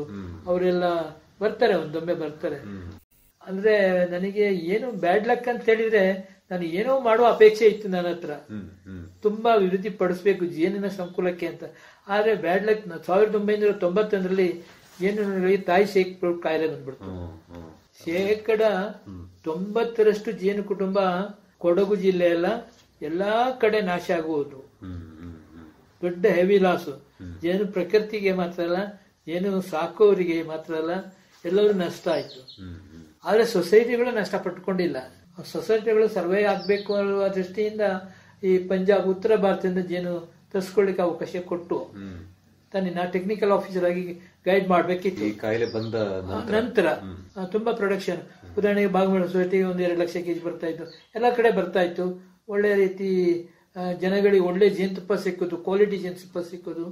ಸೊ ಯಾವಾಗ ಬಂತು ಸ್ಟಾಫ್ ಮೇಂಟೆನೆನ್ಸ್ಗೆ ಕಷ್ಟ ಅಂತ ಅನಿಸಿದಾಗ ಅವರು ಈ ಬಾಡಿ ಮೀಟಿಂಗ್ ಅಲ್ಲಿ ಕೇಳಿ ಏನ್ ಮಾಡೋದು, ನೀವೇನ್ ಹೇಳ್ತಿದ್ರಿ? ನಾನು ಅದಕ್ಕೆ ಅಬ್ಜೆಕ್ಷನ್ ಮಾಡಿದೆ.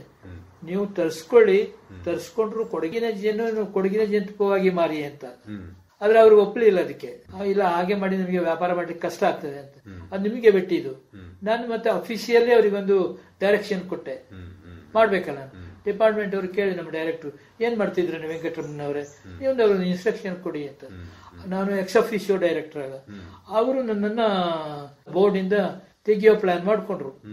ತೆಗೆದ್ರು, ನೋಟಿಸ್ ಕೊಟ್ರು, ನೋಟಿಸ್ ಕೊಟ್ರು. ನಾನಾಗ ಅಪರಾಧಿ ಬಂದಾಗ ಸೀತಾರಾಮ್ ಅಂತ ಇದ್ರು, ಸೀತಾರಾಮ್ ಕೇಸರಿ ಅಂತ ಒಬ್ರು ಇದ್ರು ಬೆಂಗಳೂರಿನಲ್ಲಿ.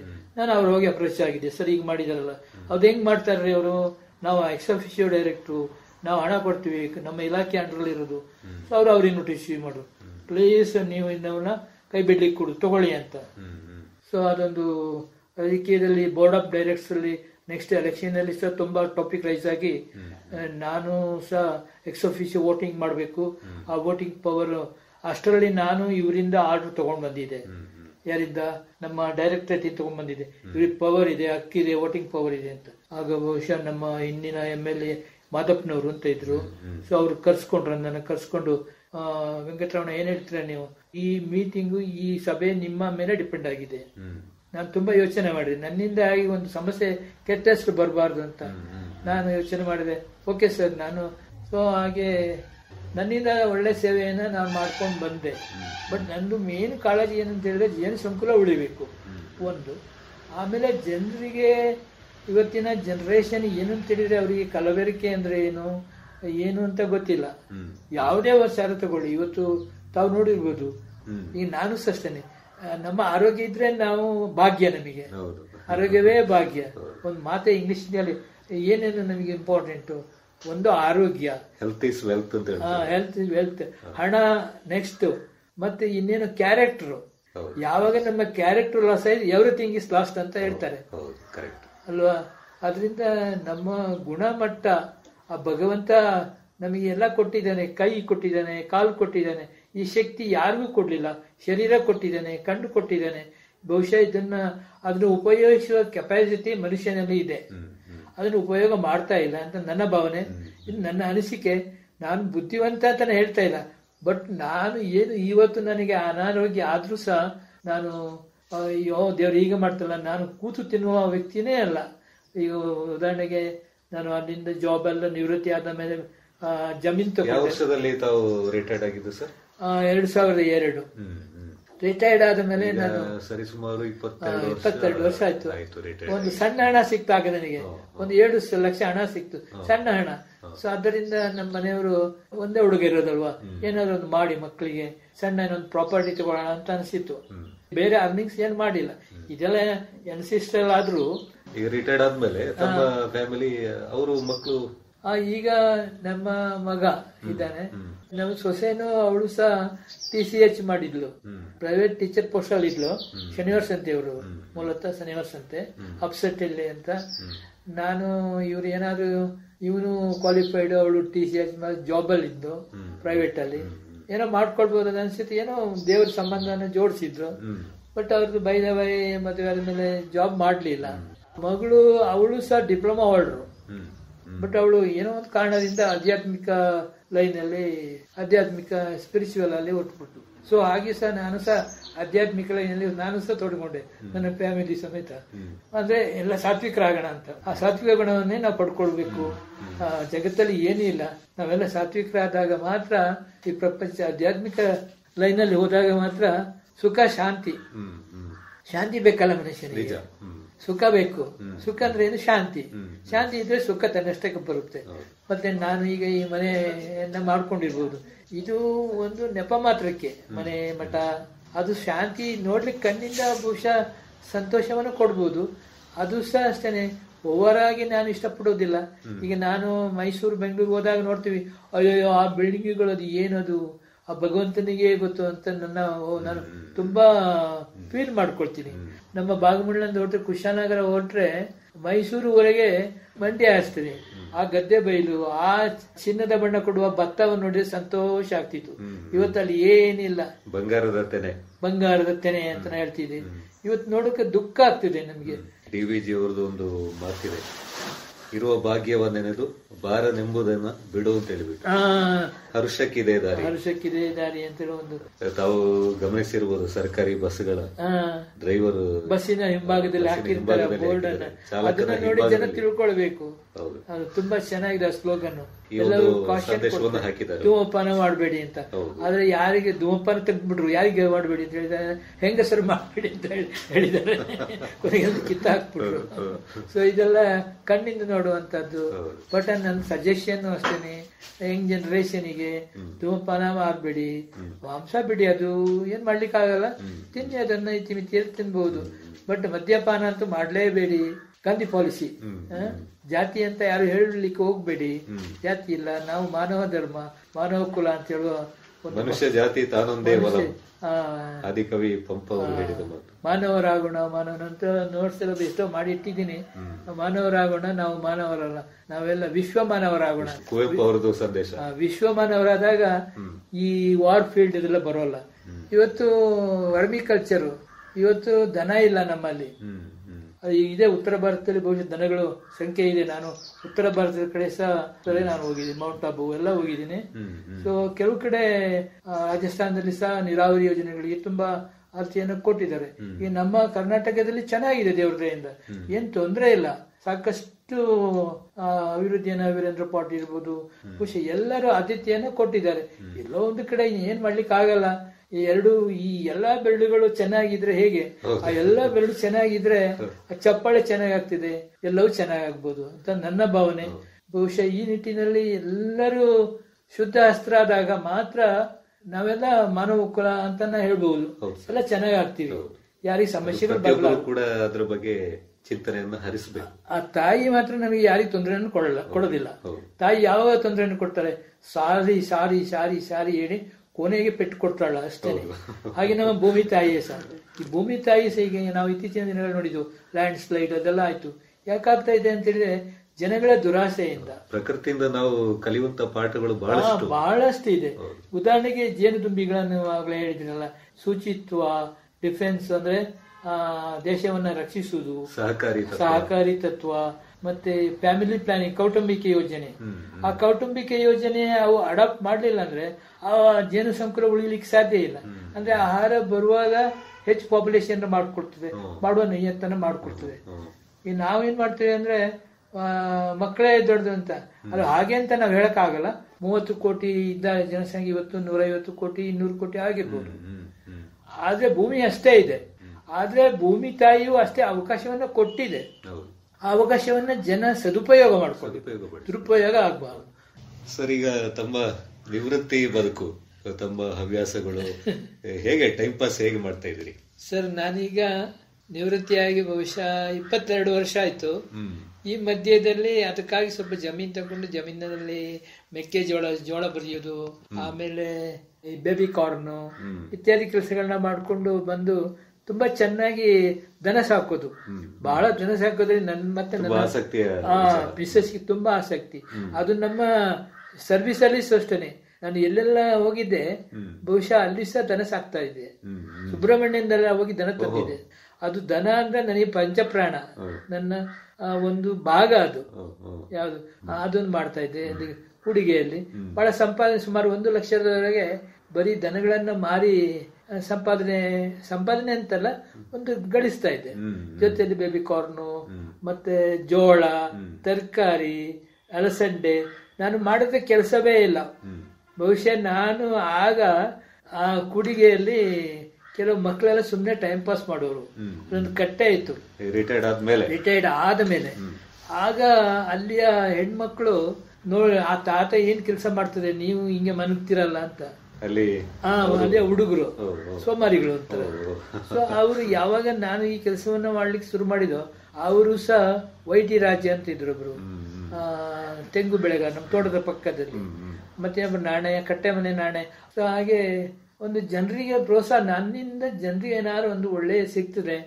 ಆಮೇಲೆ ನಾನು ತಗೊಂಡ ಜಮೀನಲ್ಲಿ ಏನೂ ಇತ್ತಿಲ್ಲ, ಬರಡು ಭೂಮಿ. ಸೊ ಅಲ್ಲಿ ಒಂದು ಬೋರ್ವೆಲ್ ಮಾಡಿದೆ. ಮನೇನೂ ಇತ್ತಿಲ್ಲ, ಮನೆ ಕಟ್ಕೊಂಡೆ. ಸಾಕಷ್ಟು 100-120 ತೆಂಗಿನ ಗಿಡಗಳನ್ನು ಹಾಕಿದೆ ಕೂಡಿಗೆಯಲ್ಲಿ. ಅದು ಫಸಲು ಬರಕ್ಕೆ ಪ್ರಾರಂಭ ಆಗಿತ್ತು. ಮತ್ತೆ ಸುತ್ತ ಒಂದು 200 ಸಿಲ್ವರ್ ಉಕ್ಸನ್ನ ಹಾಕಿದೆ. ಅದು ಚೆನ್ನಾಗಿ ಬಂತು, ಬಹಳ ಚೆನ್ನಾಗಿ ಬರ್ತಾ ಇತ್ತು. ಮತ್ತೆ ಮಾವಿನ ಗಿಡಗಳನ್ನ ಹಾಕಿದೆ. ಅಂದ್ರೆ ಅಲ್ಲಿ ಎಷ್ಟು ದುಡಿತಾ ಇದೆ ಅಂತ ಹೇಳೋದಕ್ಕೆ ನಾನು ಕೊಚ್ಕೊಳ್ಳೋದು ಅಂತಲ್ಲ, ಬಹುಶಃ ನಾನು ಬೆಳಿಗ್ಗೆ 5 ಗಂಟೆಗೆಲ್ಲ ಹೇಳ್ತಾ ಇದ್ದೆ. 5 ಗಂಟೆಯಿಂದ ಬೋರ್ವೆಲ್ ಸ್ಟಾರ್ಟ್ ಮಾಡಿದ್ರೆ ಮಧ್ಯ ಹೊಲದಲ್ಲಿ ಜೋಳ ಹಾಕ್ತಾ ಇತ್ತು. ಈ ಬೇಸಿಗೆ ಜೋಳವನ್ನು ಸಾಕ್ತಾ ಇದ್ದೆ. ಸೊ ಅಲ್ಲಿ ಆ ನಾಗರ ಹಾವುಗಳ ಒಂದು ಹಾವಳಿ ಜಾಸ್ತಿ, ಬಿಸಿಲು ಕಾಯಿಸೋದು. ಒಂದಿನ ಸತ್ಯ ಹೇಳ್ಬೇಕಂತಿದ್ರೆ ನಾನು ಬೋರ್ವೆಲ್ ಆನ್ ಮಾಡಿ ಸ್ಪ್ರಿಂಕ್ಲರ್ ಜೆಟ್ ಫಿಟ್ ಮಾಡಿದೆ. ಹೋಗಿ ಆಫ್ ಮಾಡಿ ಮತ್ತೆ ಚೇಂಜ್ ಮಾಡಬೇಕು, ಬಿಸಿಲು ಬರ್ತಾ ಇತ್ತು. ಅಲ್ಲಿ ಹೋಗಿ ನೋಡುವಾಗ ಆ ಜೆಟ್ ಅನ್ನ ಸುತ್ತಕೊಂಡು ಒಂದು ಹಾವು ಮನಗಿದೆ. ನಾನು ಅದಕ್ಕೆ ಬೈದೆ, ನಿನಗೆ ಮಾನ ಮರ್ಯಾದಿಲ್ಲ, ಸುಮ್ನೆ ನೀನ್ ಇಲ್ಲೇನ್ ಮಾಡ್ತಾ ಇದೀಯ ಅಂತ. ಅದು ಓಡೇ ಬಿಡ್ತು. ಆಯ್ತಾ, ಆಗ ನಾನು ಅಲ್ಲಿ ಒಬ್ಬನೇ ಒಂದು 6 ವರ್ಷ ಇದ್ದೆ, ಒಬ್ಬನೇ ಸಿಂಗಲ್. ನನ್ನ ಫ್ಯಾಮಿಲಿ ಈ ಮನೆಯಲ್ಲೇ ಇದ್ರು. ಮತ್ತೆ ಏನೋ ಕಾರಣಾಂತರದಿಂದ ಅವರು ನನ್ನಲ್ಲಿಗೆ ಬಂದ್ರು. ಅವರಿಂದ ನಾನು ಬಿಟ್ಟಿರ್ಲಿಕ್ಕೆ ಆಗ್ಲಿಲ್ವ ಇನ್ನೇನು ಗೊತ್ತಿಲ್ಲ. ಸೊ ನನ್ನಲ್ಲಿ ಬಂದ್ರು. ಸೊ ಇಬ್ರು ಸೇರ್ಕೊಂಡು ಅವಳು ತರಕಾರಿ ಬೆಳೆಯೋದು, ಬಸ್ಲೆ ಇತ್ಯಾದಿ. ಅದ್ ಬಹಳ ಹಾರ್ಡ್ ಮಣ್ಣಾಗ ಗೊಬ್ಬರ ಹಾಕಿ ಹಾಕಿ ಹಾಕಿ ಹಾರ್ಡ್ ಆಗೋಗಿತ್ತು. ಸೊ ನಾವು ಮತ್ತೆ ದನ ಸಾಕಿದ ಮೇಲೆ ಆ ಮಣ್ಣು ಸ್ವಲ್ಪ ಸಾಫ್ಟಿಗೆ ಬಂತು. ಸುತ್ತಮುತ್ತ ಅಡಿಕೆ ಗಿಡಗಳನ್ನ, ಕಾಫಿ ಸಸಿಯನ್ನ ಸಹ ಹಾಕಿದೆ. ಒಂದು 4 kg ಕಾಫಿನೂ ಸಹ ಬರ್ತಾ ಇತ್ತು. ಅಡಿಕೆ ಗಿಡಗಳನ್ನ ಹಕ್ಕೆ ಅಂತ ಬರುತ್ತೆ, ಅಲ್ಲಿಂದ ಅಡಿಕೆ ಗಿಡಗಳಂತ ಅಲ್ಲಿ ಎಷ್ಟು ಜಮೀನಿತ್ತು ಸರ್? ಅಲ್ಲಿ ಒಂದು 4.25 ಎಕರೆ ಇತ್ತು. ಅದ್ರಲ್ಲಿ 1 ಎಕರೆ ಚಿಲ್ಲರೆ ಗದ್ದೆ ಇತ್ತು. ನಾನು ಒಂದು ತೀರ್ಮಾನಕ್ಕೆ ಮಾಡಿದ್ದೆ, ಒಂದು ಇದನ್ನ ಯಾರು ಬಂದು ಇರ್ಬೇಕಲ್ಲ. ಈಗ ನಾವೆಷ್ಟು ಈಗ ಹೇಗೆ ಈಗ ಮಾಡ್ಲಿಕ್ಕಾಗತ್ತಾ? ಒಂದು ಲೈನ್ ಎಲ್ಲ ಕಟ್ಟಿ ಅಲ್ಲೇ ವಾಸ ಮಾಡ್ಕೊಂಡಿದ್ದು. ಮತ್ತೆ ನನ್ನ ಮಿಸ್ಸಸ್ ಬಂದ್ರು. ಆಗ ಅಲ್ಲಿ ಒಬ್ಬ ಮನುಷ್ಯ ಸುಮ್ನೆ ಒಂದು ದಾರಿಗೋಸ್ಕರ ತುಂಬಾ ಟಾರ್ಚರ್ ಮಾಡೋನು. ಏನ್ ಮಾಡುದು ಅಂತ ಹೇಳಿದಾಗ ಸೊ ಅಲ್ಲಿ ಒಳ್ಳೆ ಬೆಲೆನೂ ಸಿಗುತ್ತೋ, ಅದಕ್ಕೆ ಸಬ್ಸ್ಟಿಟ್ಯೂಟ್ ಆಗಿ ಅಲ್ಲಿ ಆಮೇಲೆ ನೀವು ಅದು ಕಂಟಿನ್ಯೂ ಮಾಡ್ಲಿಲ್ಲ? ಇಲ್ಲ, ಸಬ್ಸ್ಟಿಟ್ಯೂಟ್ ಆಗಿ ಕುಶಾಲನಗರದಲ್ಲಿ ಸೇಲ್ ಮಾಡಿಬಿಟ್ಟು ಸೈಟ್ ತಗೊಂಡೆ. ಆ ಸೈಟ್ ಎಲ್ಲ ಏನೇನೋ ಮಾಡ್ಕೊಂಡಿದ್ದಾರೆ ಮಕ್ಕಳು ಈಗ. ಸೊ ಅಲ್ಲಿಂದ ನಾನು ಇಲ್ಲಿ ಬಂದೆ. ಇಲ್ಲಿ ಬಂದ್ಮೇಲೆ ನಾನು ಏನ್ ಮಾಡೋದು, ತಾವು ಇದೆ ಭಾಗಮಂಡಲಕ್ಕೆ ಏನ್ ಮಾಡುದು. ಸೊ ಇಲ್ಲಿ ಮಾಡಿದ ತೋಟ ಏನೋ ಇತ್ತಲ್ವಾ. ಇಲ್ಲಿ ಎಷ್ಟು ಎಕರೆ ಇದೆ ಇದರಲ್ಲಿ? ಇಲ್ಲಿ ಮನೆ ಹತ್ರ ಒಂದು ಎಕರೆ 15 ಸೆಂಟ್ ಇದೆ ಮೇಲೆ. ಸೊ ಅವೆಲ್ಲ ಎನ್ಸಿಸ್ಟಲ್ ತಗೊಂಡಿದ್ದೆ ನಾನು, ದುಡ್ಡು ಕೊಟ್ಟು. ಅದೆಲ್ಲ ಯಾರ್ಯಾರಿಗೂ ಮಾರುವ ಜಾಗವನ್ನು ನಾನು ಅವ್ರ ಹತ್ರ ಬಿಡಿಸ್ಕೊಂಡೆ ಕೊನೆಗೆ. ಸೊ ಹಾಗೆ ಅಲ್ಲೊಂದು ಬಹಳ ಒಂದು ಒಳ್ಳೆ ಏಲಕ್ಕಿ ತೋಟ ಇದೆ. ಜೇನು ಕೃಷಿಗಾಗಿ ಅಲ್ಲೇ ನಾನು ಜೇನು ಉತ್ಪಾದನೆ ಮಾಡಿ ಸುಮಾರು 60-70 ಪೆಟ್ಟಿಗೆ ಇಟ್ಕೊಂಡು 1000 kg ಅಷ್ಟು ಜೇನುತುಪ್ಪವನ್ನು ಮಾಡ್ತಾ ಇದೆ. ಇಲ್ಲಿ ಅಲ್ಲಿ ಸೇರಿ ಆ ಜೇನು ತಾವೂರು ಬೆಟ್ಟ ಅಂತ ಬರ್ತದೆ, ಮಹಿಷಾಸುರ ಮರ್ದಿನಿ ಆ ಬೌಂಡ್ರಿ ಎಲ್ಲ ಬರುತ್ತೆ, ದೇವಸ್ಥಾನ. ಆಮೇಲೆ ಬೆಟ್ಟ ಕಾಣುತ್ತೆ, ಈಗ ಎದುರುಗಡೆ ನಿಂತಾಗ ಬೆಟ್ಟ ಕಾಣುತ್ತೆ. ಸೊ ಅಲ್ಲಿ ನಡ್ಕೊಂಡು ಹೋಗ್ಬೇಕು, ಹತ್ಕೊಂಡು ಹೋಗ್ಬೇಕು, ಇಳ್ಕೊಂಡು ಬರ್ಬೇಕು. ಸೊ ಅಲ್ಲಿ ಸುಮಾರು ಒಂದು 60 ಪೆಟ್ಟಿಗೆಯನ್ನ ಮೇಂಟೈನ್ ಮಾಡಿದ್ದೆ ನಾನು. ಸೊ ಹಾಗೆ ಇಲ್ಲಿ ಸಹ ಒಂದು 5 ಎಕರೆ ಹತ್ರ ತೋಟ, ಅಂದ್ರೆ ಬೇರೆ ಬೇರೆ ಪೀಸು. ಅದ್ರಲ್ಲಿ ಒಂದು 2 ಎಕರೆಯನ್ನ ಒಂದು ನಮ್ಮ KVG ITIಗೆ ಸಹ ಡೊನೇಟ್ ಮಾಡಿದೆ. ಸಣ್ಣ ಹಣ ಕೊಟ್ರು. ಅವತ್ತಿನ ಪರಿಸ್ಥಿತಿಯಲ್ಲಿ ಯಾರು ಜಾಗ ಕೊಡೋದಕ್ಕೆ KVG ಗೌಡ್ರು ತುಂಬಾ ಅವ್ರ ವಿದ್ಯಾ ಆಸಕ್ತಿ ಅಲ್ವಾ, ಅವರ ಒಂದು ಕೋರಿಕೆಯ ಮೇಲೆಗೆ ನನ್ನ ಮಗಳು ಅಲ್ಲೇ ಓದಿದ್ಲು. ಅದರಿಂದ ಅವರಿಗೆ ಸಣ್ಣ ಹಣ ಕೊಟ್ರು. ಆದ್ರೆ ಇವತ್ತಿನ ರೇಟಲ್ಲಿ ಆ ಜಾಗ ಬಹುಶಃ 1 ಕೋಟ್ಯಾಂತರ ರೂಪಾಯಿ ಬೆಲೆ ಬಾಳ್ತದೆ, ಏನೇ ಇರಲಿ. ಆದ್ರೆ ಮಕ್ಕಳು ವಿದ್ಯೆ ಕಲಿಯುವಾಗ ಸಂತೋಷ ಆಗುತ್ತೆ ತುಂಬಾ. ದಾರಿ ಮುಂದೆಲ್ಲ ಹೋಗ್ತಾ ಇರ್ತಾರಲ್ಲ, ಒಳ್ಳೆ ನನ್ನ ಭಾವನೆ ಅಷ್ಟೇ. ಇನ್ನು ಯಾರು ಹೇಳ್ಬೇಕಷ್ಟೇ. ಈಗ ತಾವು ಹೇಳಿದಂಗೆ ಯಾರು ಹೇಳಿದ್ರೆ ಮನಸ್ಸಿಗೆ ಸಂತೋಷ ಆಗುತ್ತೆ. ಬಟ್ ಈಗ ಆತರ ಹೇಳೋರು ಬಹಳ ವಿರಳ ಅಂತ ಅನಿಸುತ್ತೆ. ಇವತ್ತು ಜನಗಳ ಕೆಲಸಗಳನ್ನು ಗುರುತಿಸೋರು ಬಹಳ ಕಡಿಮೆ, ಹಿಂದಿನ ಹಾಗೆ ಗುರುತಿಸೋರಿಲ್ಲ. ಈ ತಾವು ನಾನು ಆಕಾಶವಾಣಿಯನ್ನು ಯಾಕೆ ಅಭಿನಂದನೆ ಅಂತ ಹೇಳ್ತೇನೆ, ನನ್ನನ್ನು ಪರಿಚಯ ಮಾಡಿದೆ ಆಕಾಶವಾಣಿ. ತಾವು ರೇಡಿಯೋ ಅಭಿಮಾನಿ? ನಾನು ರೇಡಿಯೋ ಅಭಿಮಾನಿ. ಎಷ್ಟು ವರ್ಷದಿಂದ ಕೇಳ್ತಾ ಇದ್ದೀರಿ? ಉದಾಹರಣೆಗೆ ರೇಡಿಯೋ ಅಭಿಮಾನಿ ಆಗಿದ್ದ ಜೊತೆಗೆ ನನ್ನ ಏನು ಆಗು ಹೋಗುಗಳು 64ನೇ ಇಸ್ವಿಯಿಂದ ನಾನು ರೇಡಿಯೋ ಒಂದು ಸಹಪಾಠಿ. ನನ್ನ ಪತ್ನಿ ಅಂತ ತಿಳ್ಕೊಂಡೆ. ಆಗ ಮದುವೆ ಆಗಿಲ್ಲ. ನನ್ನ ಎದೆ ಮೇಲೆ ರೇಡಿಯೋ ಇರೋದು ಯಾವಾಗಲೂ. ಆಫ್ ಮಾಡೋದು ಎಷ್ಟೊತ್ತಿಗೆ ಬೇಕು ಅದೇ ಆಫ್ ಆಗಿ ಹೋಗುದು. ಸೊ ಆತರ ಒಂದು ರೇಡಿಯೋ ಅಭಿಮಾನಿ.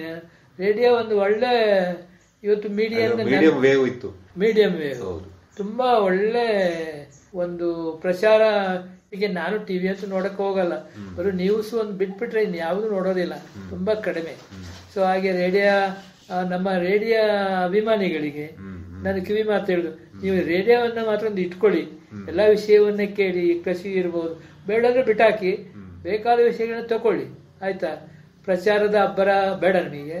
ಆದ್ರೆ ಒಳ್ಳೆ ವಿಷಯಗಳನ್ನ ತಗೊಳ್ಬಹುದು, ಕೃಷಿ ಬಗ್ಗೆ ಇರ್ಬೋದು ಅಥವಾ ಎಲ್ಲ ಹೆಲ್ತ್ ಬಗ್ಗೆ ಇರ್ಬೋದು, ಅದೆಲ್ಲ ತಗೊಳ್ಳೋಣ. ಈಗ ಮೊಬೈಲ್ ನಲ್ಲಿ ರೇಡಿಯೋ ಇದೆ, ಮೊಬೈಲ್ ಅಲ್ಲಿ ರೇಡಿಯೋ ಇದೆ, ಅದೆಲ್ಲ ಇದೆ. ಅದರಿಂದ ಒಳ್ಳೆ ಒಂದು ಸಾಧನ. ನಾನು ನನ್ನ ಎಲ್ಲ ನಾನು ಕೂರೋ ಜಾಗದಲ್ಲಿ, ಮನಗೋ ಜಾಗದಲ್ಲಿ ಕೆಲಸ ಮಾಡ್ತಾ ಕೇಳ್ಬೋದು. ನಾನು ನಿಜವಾಗಿ ಹೇಳ್ಬೇಕಾದ್ರೆ ನಾನು ಇತ್ತೀಚಿನ ದಿನಗಳಲ್ಲಿ ತೋಟಕ್ಕೆ ಹೋದ್ರೆ ರೇಡಿಯೋ ಎತ್ಕೊಂಡು ಹೋಗ್ತಾ ಇದ್ದೆ. ಯಾರೋ ಬಂದ್ರೆ ಅಲ್ಲಿ ಕೋಳಿವೇಲ್ ಮನೆ ಅಂತ ಇದೆ, ಅಲ್ಲಿನ ತೋಟ ಇದೆ, ಅಲ್ಲಿ ಹೋದ್ರೆ ರೇಡಿಯೋ ಹಾಕೊಂಡು ಕಪಾತು ಮಾಡೋದು, ಕ್ಲೀನ್ ಮಾಡೋದು, ಕೆಲಸ ಮಾಡೋದು ಮಾಡ್ತಾ ಇದ್ದೆ. ಅಣ್ಣ ಬಂದಿದ್ದಾರೆ ತೋಟಕ್ಕೆ ಅಂತ ಹೇಳೋರು. ಇದೇನು ನಿಮಗೆ ರೇಡಿಯೋ ಬಿಡಕ್ಕೆ ಇಟ್ಟು? ಇಲ್ಲ, ನನ್ನ ಸಹಪಾಠಿ ಅದು. ಈ ಮನೆ ಹತ್ರ ಒಂದು ನಾನು ಬಹುಶಃ 6 ಗಂಟೆಗೆಲ್ಲ ತೋಟಕ್ಕೆ ಹೋಗ್ತಿದ್ದೆ. 6 ಗಂಟೆಯನ್ನ ಆನ್ ಮಾಡಿ ಇರ್ತಿದ್ದೇನೆ. ಫಸ್ಟ್ ಚಿಂತನೆಯಿಂದ ಶುರು ಮಾಡಿದ್ರೆ ಎಲ್ಲವನ್ನ ಕೇಳ್ತಾ ಬರ್ತೀವಿ. ಈಗಲೂ ಅಷ್ಟೇ. ಹಾಗೆ ಮನೆ ಹತ್ರ ಕೃಷಿ ನನಗೆ ಬಹಳ, ಯಾವ ಕೃಷಿ ಅಂತಿಲ್ಲ, ಗದ್ದೆಯನ್ನು ನನ್ನ ಪಂಚಪ್ರಾಣ. ಸ್ವಲ್ಪ ಗದ್ದೆ ಇದೆ, ಅದನ್ನ ಅಗದೆ ನಾನು ನಾಟಿ ಮಾಡ್ತಾ ಇದ್ದೆ ಇವತ್ತು. ಈಗ 1 ವರ್ಷ ಆಯ್ತು. ನನ್ನ ಆರೋಗ್ಯ ಸ್ವಲ್ಪ ನಾನೇ ಹಾಳು ಮಾಡ್ಕೊಂಡೆ ಅಂತ ಅನಿಸುತ್ತೆ. ಯಾವುದೋ ನನ್ನ ಜೇನು ಕೃಷಿಯ ಕಸುಬಿನಿಂದ ಸ್ವಲ್ಪ ಸಮಸ್ಯೆಗಳು ಉದ್ಭವ ಆದವು. ಆ ಕ್ವಾಲಿಟಿ ಬಗ್ಗೆ, ತಯಾರಕರ ಬಗ್ಗೆ, ಆ ಸಪ್ಲೈಯರ್ಸ್ ಬಗ್ಗೆ, ಕಳಪೆ ಜೇನು. ಈ 2 ವರ್ಷದಲ್ಲಿ ನನಗೆ ಒಂದು ಹೈಪರ್ ಟೆನ್ಷನ್ ಅಂತ ಆಗ್ಬಿಡ್ತು. ಅದರಿಂದ ತುಂಬಾ ನಿಷ್ಕ್ರಿಯಗೊಂಡ್ಬಿಟ್ಟೆ. ಆದ್ರೆ ನಾನು ನಿಷ್ಕ್ರಿಯ ಆಗಿದ್ದೀನಿ ಅಂತ ನಾನು ತಿಳ್ಕೊಳ್ತಾ ಇಲ್ಲ. ಸುಪ್ತ ಪ್ರಜ್ಞೆಯನ್ನು ಮಾತಾಡ್ತಾರೆ, ನಾನು ಚೆನ್ನಾಗಿದ್ದೀನಿ, ನಾನು ಓಡ್ಬಲ್ಲೆ ಅಂತ ಒಂದು ಮಾತನ್ನ ನಾನು ಸುಪ್ತ ಪ್ರಜ್ಞೆ ಪುಸ್ತಕವನ್ನು ಓದ್ತಾ ಇದ್ದೆ. ಅದ್ರಲ್ಲಿ ತಿಳ್ಕೊಂಡೆ. ಆದ್ರೆ ಟ್ರೀಟ್ಮೆಂಟ್ ತಗೊಳ್ತಾ ಇದ್ದೀನಿ. ಮುಂದಿನ ದಿನಗಳಲ್ಲಿ ಸಹ ನಾನು ದೇವರನ್ನ ಪ್ರಾರ್ಥನೆ ಮಾಡೋದು ಏನಪ್ಪಾ ಅಂದ್ರೆ, ಯಾವ ಮನುಷ್ಯನಿಗೂ ನೀನು ಕೊಡಬಾರ್ದ ಕಷ್ಟ ಕೊಡಬೇಡ ಅಂತ ನಾನು ಭಗವಂತನ ಬೇಡೋದು. ಯಾಕಂದ್ರೆ ನಾವು ಏನೇ ಗಳಿಸ್ಬೋದು, ಹಣ ಗಳಿಸ್ಬೋದು, ಹಣ ಶಾಶ್ವತ ಅಲ್ಲ. ನಮಗೆ ಆರೋಗ್ಯ ಶಾಶ್ವತ. ನಾನು ಆಗ್ಲೇ ಹೇಳಿದ್ದೆ, if wealth is loss nothing is loss, but health is nothing is loss. But character ನಷ್ಟ ಆಯ್ತು, ನಾವು ಎಲ್ಲವನ್ನ ಕಳ್ಕೊಂಡಾಗಿ ಸರ್ವಸ್ವನ ಹೋಗ್ತದೆ ಅಂತ ಮಾತನ್ನ ಹೇಳ್ತೀನಿ. ಹಾಗೆ ಎಲ್ಲ ಪಾಲಿಸಿಯನ್ನ ನಾನು ಎಲ್ಲಿ ತಿಳ್ಕೊಂಡಿದ್ದೇನೆ ಅಂದ್ರೆ, ನಾನು ಜೇನು ಸಾಕಾಣಿಕೆಯಿಂದ. ಈ ಜೇನುನೊಣಗಳ ಬುದ್ಧಿಮತ್ತೆ, ಈ ಎಲ್ಲ ಬುದ್ಧಿಮತ್ತೆಯನ್ನು ನಾವು ಜೇನುನೊಣಗಳನ್ನ ತಿಳ್ಕೊಳ್ಬಹುದು. ಏನ್ ಮಾಡ್ಬೇಕು ಅಂತ ಹೇಳುವುದನ್ನಂತ ನನ್ನ ಭಾವನೆಯನ್ನ ನಾನು ಹೇಳ್ತಾ ಇದ್ದೀನಿ. ಮನುಷ್ಯನಿಗೆ ಒಂದು ಒಳ್ಳೆ ಒಂದು ಪಾಠ ಇದೆ. ಮನುಷ್ಯನಿಗೆ ಲೆಸನ್ ಅಂದ್ರೆ ಜೇನುನೊಣಗಳ ಪಾಠ. ಪ್ರತಿಯೊಬ್ಬ ಒಂದು ಮನೆಯಲ್ಲಿ 1-2 ಜೇನುಪೆಟ್ಟಿಗೆಯನ್ನು ಸಾಕುವ ಪ್ರಯತ್ನವನ್ನು ಮಾಡಿ. ಕಷ್ಟ ಏನಿಲ್ಲ, ಬಹಳ ಸುಲಭ. ಹಾಗೆ ತಿನ್ನುವಲಿಕ್ಕೆ ಆಗುವಷ್ಟು ಜೇನುತುಪ್ಪ ಅಂದ್ರೆ, ಜೇನುತುಪ್ಪ ಅಂದ್ರೆ ಅಮೃತ ಸಮಾನ. ಅದಕ್ಕೆ ಬಿಟ್ಟ ಅಮೃತವೇ ಇಲ್ಲ. ಆ ಜೇನುತುಪ್ಪವನ್ನು ನಾವು ಪ್ರತಿನಿತ್ಯ ನೀವು ಸೇವಿಸಬೇಕು. ಈಗ ಅದರಲ್ಲಿರುವ ಔಷಧೀಯ ಗುಣಗಳು ಯಾವುದು? ಅದರಲ್ಲಿ ಜೇನುತುಪ್ಪದಲ್ಲಿ ಸಾಕಷ್ಟು ಔಷಧಿ ಗುಣಗಳಿವೆ. ಪ್ರತಿಯೊಂದು ಔಷಧಿ ಗುಣ ಜೇನುತುಪ್ಪದಲ್ಲಿ ಇದೆ. ಕಬ್ಬಿಣ ಇದೆ, ಕ್ಯಾಲ್ಸಿಯಂ ಇದೆ, ಇನ್ನು ಅನೇಕ ತರದ ಶಕ್ತಿಯುತವಾದ ಆಹಾರ ಯಾವುದು ಜೇನುತುಪ್ಪ. ಇದನ್ನ ಪ್ರತಿ ಒಂದು ಹಿಂದೆ 10,000 ಡಾಕ್ಟರ್ಗಳು ಇದನ್ನ ಅನಲೈಸ್ ಮಾಡಿ ಹೇಳಿದ್ದಾರೆ. ಆದ್ರೆ ಇವತ್ತಿನ ವೈದ್ಯಕೀಯ ರಂಗ ಏನ್ ಹೇಳ್ತಿದೆ ಅಂದ್ರೆ, ಜೇನು ತಿನ್ಬೇಡಿ, ಅದು ಶುಗರಿಗೆ ಹಾಳು. ನಾನಂತ ಒಪ್ಪದೇ ಇಲ್ಲ. ಯಾವ ಜೇನು ಹಾಳು ಅಂತ ಹೇಳಿದ್ರೆ, ಅದು ಜೇನು ಅಲ್ಲದ ಜೇನಾದ್ರೆ ಹಾಳಾಗ್ಬೋದು. ನಿಜವಾದ ನೈಸರ್ಗಿಕವಾಗಿ ಸಸ್ಯಗಳಿಂದ ಬರುವಂತ ಜೇನಾದ್ರೆ ಖಂಡಿತ ಯಾರಿಗೂ ತೊಂದರೆ ಆಗ್ಲಿಕ್ಕಿಲ್ಲ.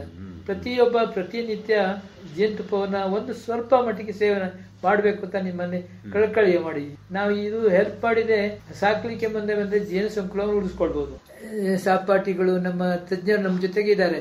ಅವ್ರು ನೋಡ್ಬೋದು, ಕೆಲವು ಕಾಫಿ ಗಿಡಗಳಲ್ಲಿ ಜೇನು ಪೆಟ್ಟಿಗೆ ಇಟ್ಟ ಹತ್ತಿರ ಆ ಜೇನು ಎಷ್ಟು ಚಂದ ಕಾಫಿ ಇದೆ ಅಂದ್ರೆ, ಕ್ರಾಸ್ ಪಾಲಿನೇಷನ್ ಮಾಡ್ತದೆ, ತುಂಬಾ ಚೆನ್ನಾಗಿ ಮಾಡ್ತದೆ, ಪರಾಗಸ್ಪರ್ಶ ಮಾಡ್ತದೆ. ಇದು ನಾವು ಸಾಕುವ ಜೇನು ಮಾತ್ರ ಅಲ್ಲ, ಹೆಜ್ಜೇನು. ಬಹುಶಃ ತಾವೆಲ್ಲ ನೋಡಿರ್ಬಹುದು. ಬಹುಶಃ ನಮ್ಮ ರೈತ ಬಾಂಧವರು ಅಥವಾ ಎಲ್ಲಾ ಬಾಂಧವರು, ಮಾನವ ಜನಾಂಗ ನೋಡಿರ್ಬೋದು. ಆ ಹಿಂದೆ ಎಷ್ಟು ಹೆಜ್ಜೇನು ಕುಟುಂಬಗಳಿದ್ದೋ, ಇವತ್ತು ಅದು ಇಲ್ಲವೇ ಇಲ್ಲ. ನಾನು ಉದಾಹರಣೆಗೆ ವಿರಾಜಪೇಟೆಗೆ ಹೋಗುವಾಗ ಮಲಮಟ್ಟಿ ಅಂತ ಇತ್ತು. ಅಲ್ಲಿ ಒಂದು ಮರದಲ್ಲಿ, ಬೂರುಗ ಮರದಲ್ಲಿ ಒಂದು 50-60 ಜೇನು ಕುಟುಂಬಗಳು ಇರ್ತಿದ್ವು. ಹಾಗೆ ನಮ್ಮ ಸಿಡ್ಲಘಟ್ಟ ಕೆಲವು ಪ್ರದೇಶಗಳು ನೋಡಿದ್ದೀನಿ, 1000 ಗಟ್ಟಲೆ ಜೇನು ಕುಟುಂಬಗಳಿರು. ಇವತ್ತು ಬಹುಶಃ ಅದೆಲ್ಲ ಬಹಳ ಕಡಿಮೆ ಆಗಿದೆ. ಒಂದು ಕಾರಣ ಇವತ್ತಿನ ಏನು ಮೊಬೈಲ್ ಸಿಸ್ಟಮು, ಅಥವಾ ಇವತ್ತು ಟವರ್ಗಳು, ಇವತ್ತಿನ ಸ್ಯಾಟಲೈಟ್, ಯಾಂತ್ರಿಕ ಜೀವನ ಏನು ಎಷ್ಟು ಉಪಾಯ ಇದೆ ಅಷ್ಟೇ ಅಪಾಯವೂ ಜಾಸ್ತಿ ಅಂತ ನನ್ನ ಭಾವನೆ. ಅದರಿಂದ ಇವತ್ತು ಮಕ್ಕಳು ಏನ್ ಮಾಡ್ತವೆ ಅಂತ ಹೇಳಿದ್ರೆ, ನಾನೇ ಹೇಳಿದೆ ರೇಡಿಯೋ ನನ್ನ ಪ್ರಾಣ ಅಂತ. ರೇಡಿಯೋ ಇಟ್ಕೊಂಡೇ ನಾನು ಕೇಳ್ತಾ ಇದ್ದೀನಿ. ನಾನು ಎಲ್ಲರಿಗೆ ನಮ್ಮ ಮನೆಯಲ್ಲಿ ಸಹ ನನ್ನ ಮೊಮ್ಮಗಳು ಇದ್ಲು, ಅಥವಾ ನಮ್ಮ ಮಕ್ಕಳಿಗೆ ಸಹ ಹೇಳ್ತಾ ಇದ್ದೀನಿ, ನೀವು ಮೊಬೈಲನ್ನ ಬಿಟ್ಬಿಡಿ, ಮೊಬೈಲ್ ಕೇಳಿ, ಅಗತ್ಯ ಇರೋದನ್ನ ಕೇಳಿ, ಬಟ್ ಬಾಕಿ ವಿಷಯಗಳನ್ನು ನೋಡ್ಲಿಕ್ಕೆ ಹೋಗ್ಬೇಡಿ. ಕೆಲವೆಲ್ಲ ಸೋಷಿಯಲ್ ಮೀಡಿಯಾದಲ್ಲಿ ಅದು ಇದು ಹಾಕ್ತಾರೆ, ಬೇಡದ ವಿಚಾರಗಳನ್ನೇ ಹಾಕ್ತಾರೆ. ಅದನ್ನ ನಾವು ಗಣನೆಗೆ ತಗೊಳ್ಬಾರ್ದು. ಸೊ ಅದರಿಂದ ದಯವಿಟ್ಟು ಎಲ್ಲ ನಮ್ಮ ತಂದೆ ತಾಯಿಯರು ನೀವು ಏನ್ ಮಾಡ್ಬೇಕಂದ್ರೆ, ಮಕ್ಕಳ ಕೈಗೆ ಮೊಬೈಲ್ ಕೊಡಬೇಡಿ ಅಂತ ವಿನಂತಿ ಮಾಡ್ಕೊಳ್ತೀನಿ. ಕೊಡಿ, ಯಾವಾಗ ಬೇಕು ಬೇಕಾದನ್ನು ಉಪಯೋಗ ಮಾಡಿ ಕೊಟ್ಕೊಳ್ಳಿ, ಅಂದರೆ ಬೇಡ, ಮೊಬೈಲೇ ಬೇಡ. ಈ ಪೇಪರ್ ಇದೆ, ಇಲ್ಲ ರೇಡಿಯೋ ಇದೆ, ಅದನ್ನೇ ಕೇಳಿಕೊಂಡು ಅವರಿಗೆ ಬೇಕಾದ ವಿಚಾರಗಳನ್ನ ಕಲಿಸ್ಕೊಳ್ಬೋದು. ಜೊತೆಯಲ್ಲಿ ನಮ್ಮ ಗುರುಗಳಿದ್ದಾರೆ, ನಮಗೆ ವಿದ್ಯೆ ಕಲಿಸಿದ ಗುರುಗಳನ್ನ ನಾವು ಯಾವತ್ತೂ ಮರಿಬಾರ್ದು. ಯಾಕಂದ್ರೆ ಗುರು ದೇವೋ ಭವ ಅಂತ ಹೇಳ್ತಾರೆ, ವರ್ಣ ಮಾತ್ರ ಗುರು ಅಂತ ನಾವು ಹೇಳ್ತೀವಿ. ಉದಾಹರಣೆಗೆ ಈಗ ನಾನು ನನ್ನ ಬೆಳಗಿನ ಪ್ರೇಯರ್ ಏನು ಅಂತ ಹೇಳಿದ್ರೆ, ಒಂದು ಪ್ರಕೃತಿಗೆ ಪ್ರೇಯರ್, ಭೂತಾಯಿಗೆ. ಆಮೇಲೆ ಎರಡನೇ ಪ್ರೇಯರ್ ಅಂತ ಹೇಳಿದ್ರೆ ನಮ್ಮ ವಿದ್ಯೆ ಕಲಿಸಿದ ಸಂಸ್ಥೆಗಳಿಗೆ, ಆ ವಿದ್ಯೆ ಕಲಿಸಿದ ಶಾಲಾ ಮಂದಿರಗಳಿಗೆ, ಆ ಗುರುಗಳಿಗೆ ನನ್ನ ನಮನ. ಹಾಗೆ ನನ್ನ ಸಂಸಾರಕ್ಕೆ, ನಮ್ಮ ಏನು ಪತ್ನಿಯರು ಯಾರು ನನಗೆ ಅನ್ನ ಕೊಡ್ತಾರೆ, ಅದಕ್ಕಿಂತ ಮುಖ್ಯವಾಗಿ ಎರಡನೇ ನಮ್ಮ ಸೂರ್ಯದೇವನಿಗೆ ಹಿರಣ್ಯಗರ್ಭಾಯ ನಮೋ ಅಂತ ಹೇಳ್ತಾರೆ, ಆ ಕಲ್ಪವೃಕ್ಷಾಯ ನಮೋ ಅಂತ ಹೇಳ್ತಾರೆ. ಆಮೇಲೆ ಪಶು, ಇವುಗಳಿಗೆಲ್ಲ ನನ್ನ ಆದ್ಯ ಪ್ರಾರ್ಥನೆ. ನೀವೆಲ್ಲ ಚೆನ್ನಾಗಿದ್ರೆ ನಾವು ಜೀವ ಸಂಕುಲ ಚೆನ್ನಾಗಿರ್ತೀವಿ, ನಾವು ಚೆನ್ನಾಗಿದ್ರೆ ಜೀವ ಸಂಕುಲವನ್ನು ರಕ್ಷಣೆ ಮಾಡ್ತೀವಿ ಅಂತ ನನ್ನ ಪ್ರಥಮ ಕಳಕಳಿಯ ಒಂದು ಪ್ರೇಯರು ಆ ಭಗವಂತನಲ್ಲಿ, ಭಗವಂತ ಭೂತಾಯಿಯಲ್ಲಿ. ಭೂತಾಯಿ ನಮ್ಮ ಮುಖ್ಯ. ಭೂತಾಯಿ ಇಲ್ಲದೆ ನಾವು ಏನು ಮಾಡ್ಲಿಕ್ಕೆ ಆಗಲ್ಲ. ಫಸ್ಟ್ ನಮ್ಮ ಆತ್ಮ ಮನಸ್ಸನ್ನು ಶುದ್ಧ ಮಾಡ್ಕೊಳ್ಬೇಕು. ಮನಸ್ಸೇ ಸರ್ವಕ್ಕೆ ಕಾರಣ. ಈ ಮನಸ್ಸನ್ನು ನಾವು ಶುದ್ಧ ಮಾಡ್ಕೊಂಡ್ರಾಗ ಎಲ್ಲವೂ ಶುದ್ಧ ಆಗ್ತದೆ. ನಾನು ಏನು ಮಾಡ್ತಾ ಇದ್ದೀನಿ ಅಂತ ಹೇಳುವ ಭಾವನೆಯಿಂದ ನಾವು ಇರಬೇಕು. ನಾನು ಮಾಡೋದು ಪ್ರಕೃತಿಗೆ ಅನ್ಯಾಯ ಆಗ್ತಾ ಇಲ್ಲ. ನಾನು ಬೆಳಿಗ್ಗೆದ್ದು ಇನ್ನೊಂದು ಪ್ರೇಯರ್ ಏನು ಅಂತ ಹೇಳಿದ್ರೆ, ನಮ್ಮ ಯೇಸುವಿನ ಬಗ್ಗೆ, ನಮ್ಮ ಅಲ್ಲನ ಬಗ್ಗೆ, ನಮ್ಮ ಹಿಂದೂ ದೇವರ ಬಗ್ಗೆ ನಾನು ಪ್ರೇಯರನ್ನು ಹೇಳ್ತೀನಿ.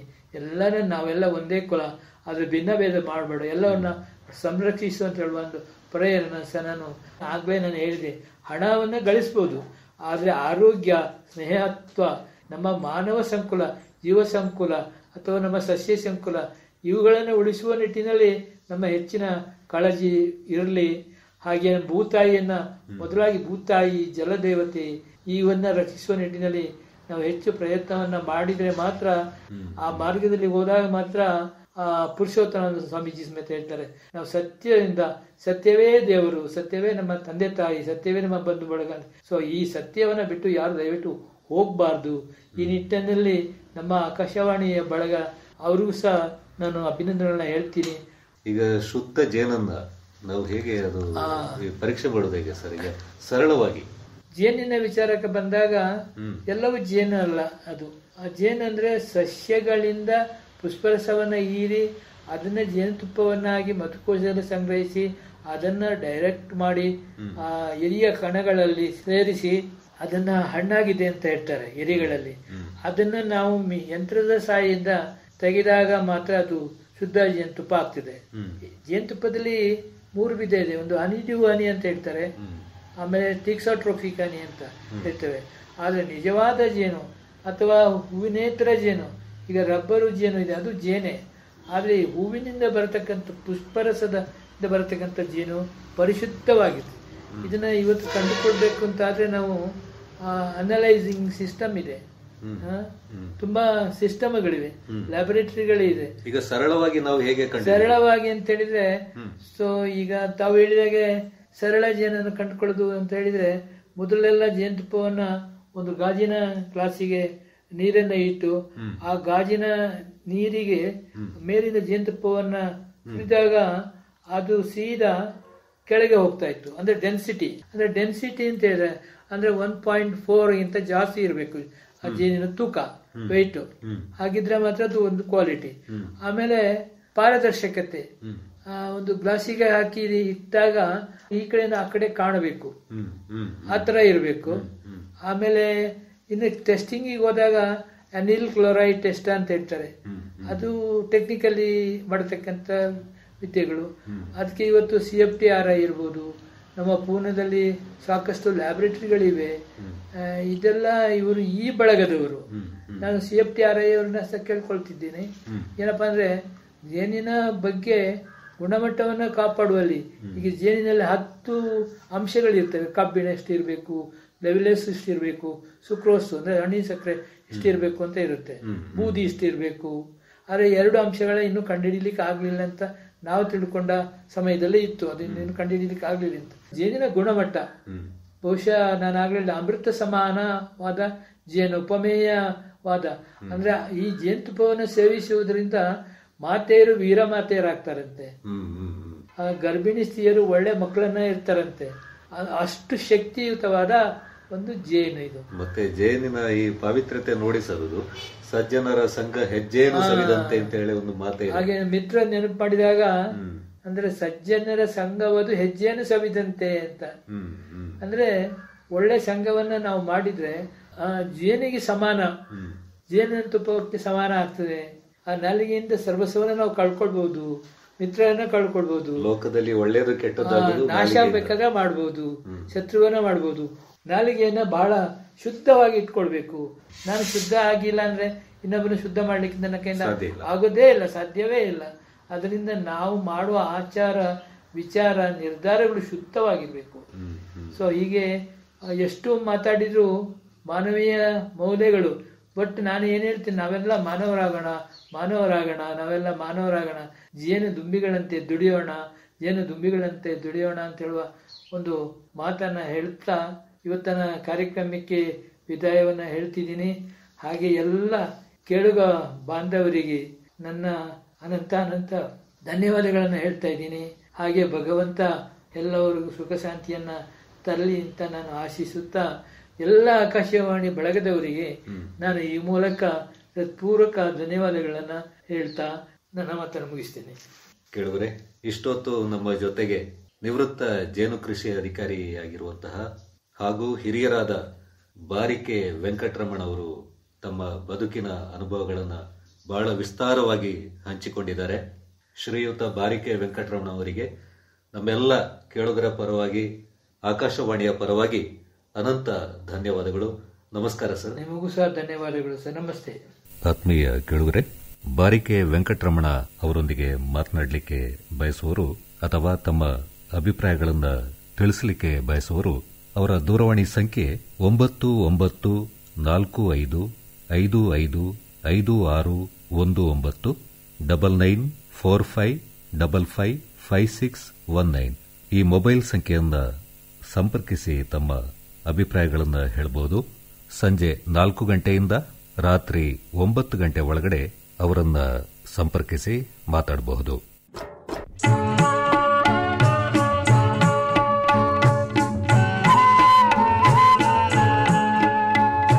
ಇದುವರೆಗೆ ಕಾರ್ಯಕ್ರಮ ಹಿರಿಯ ಜೀವಗಳ ಭಾವ ಕೇಳಿದಿರಿ.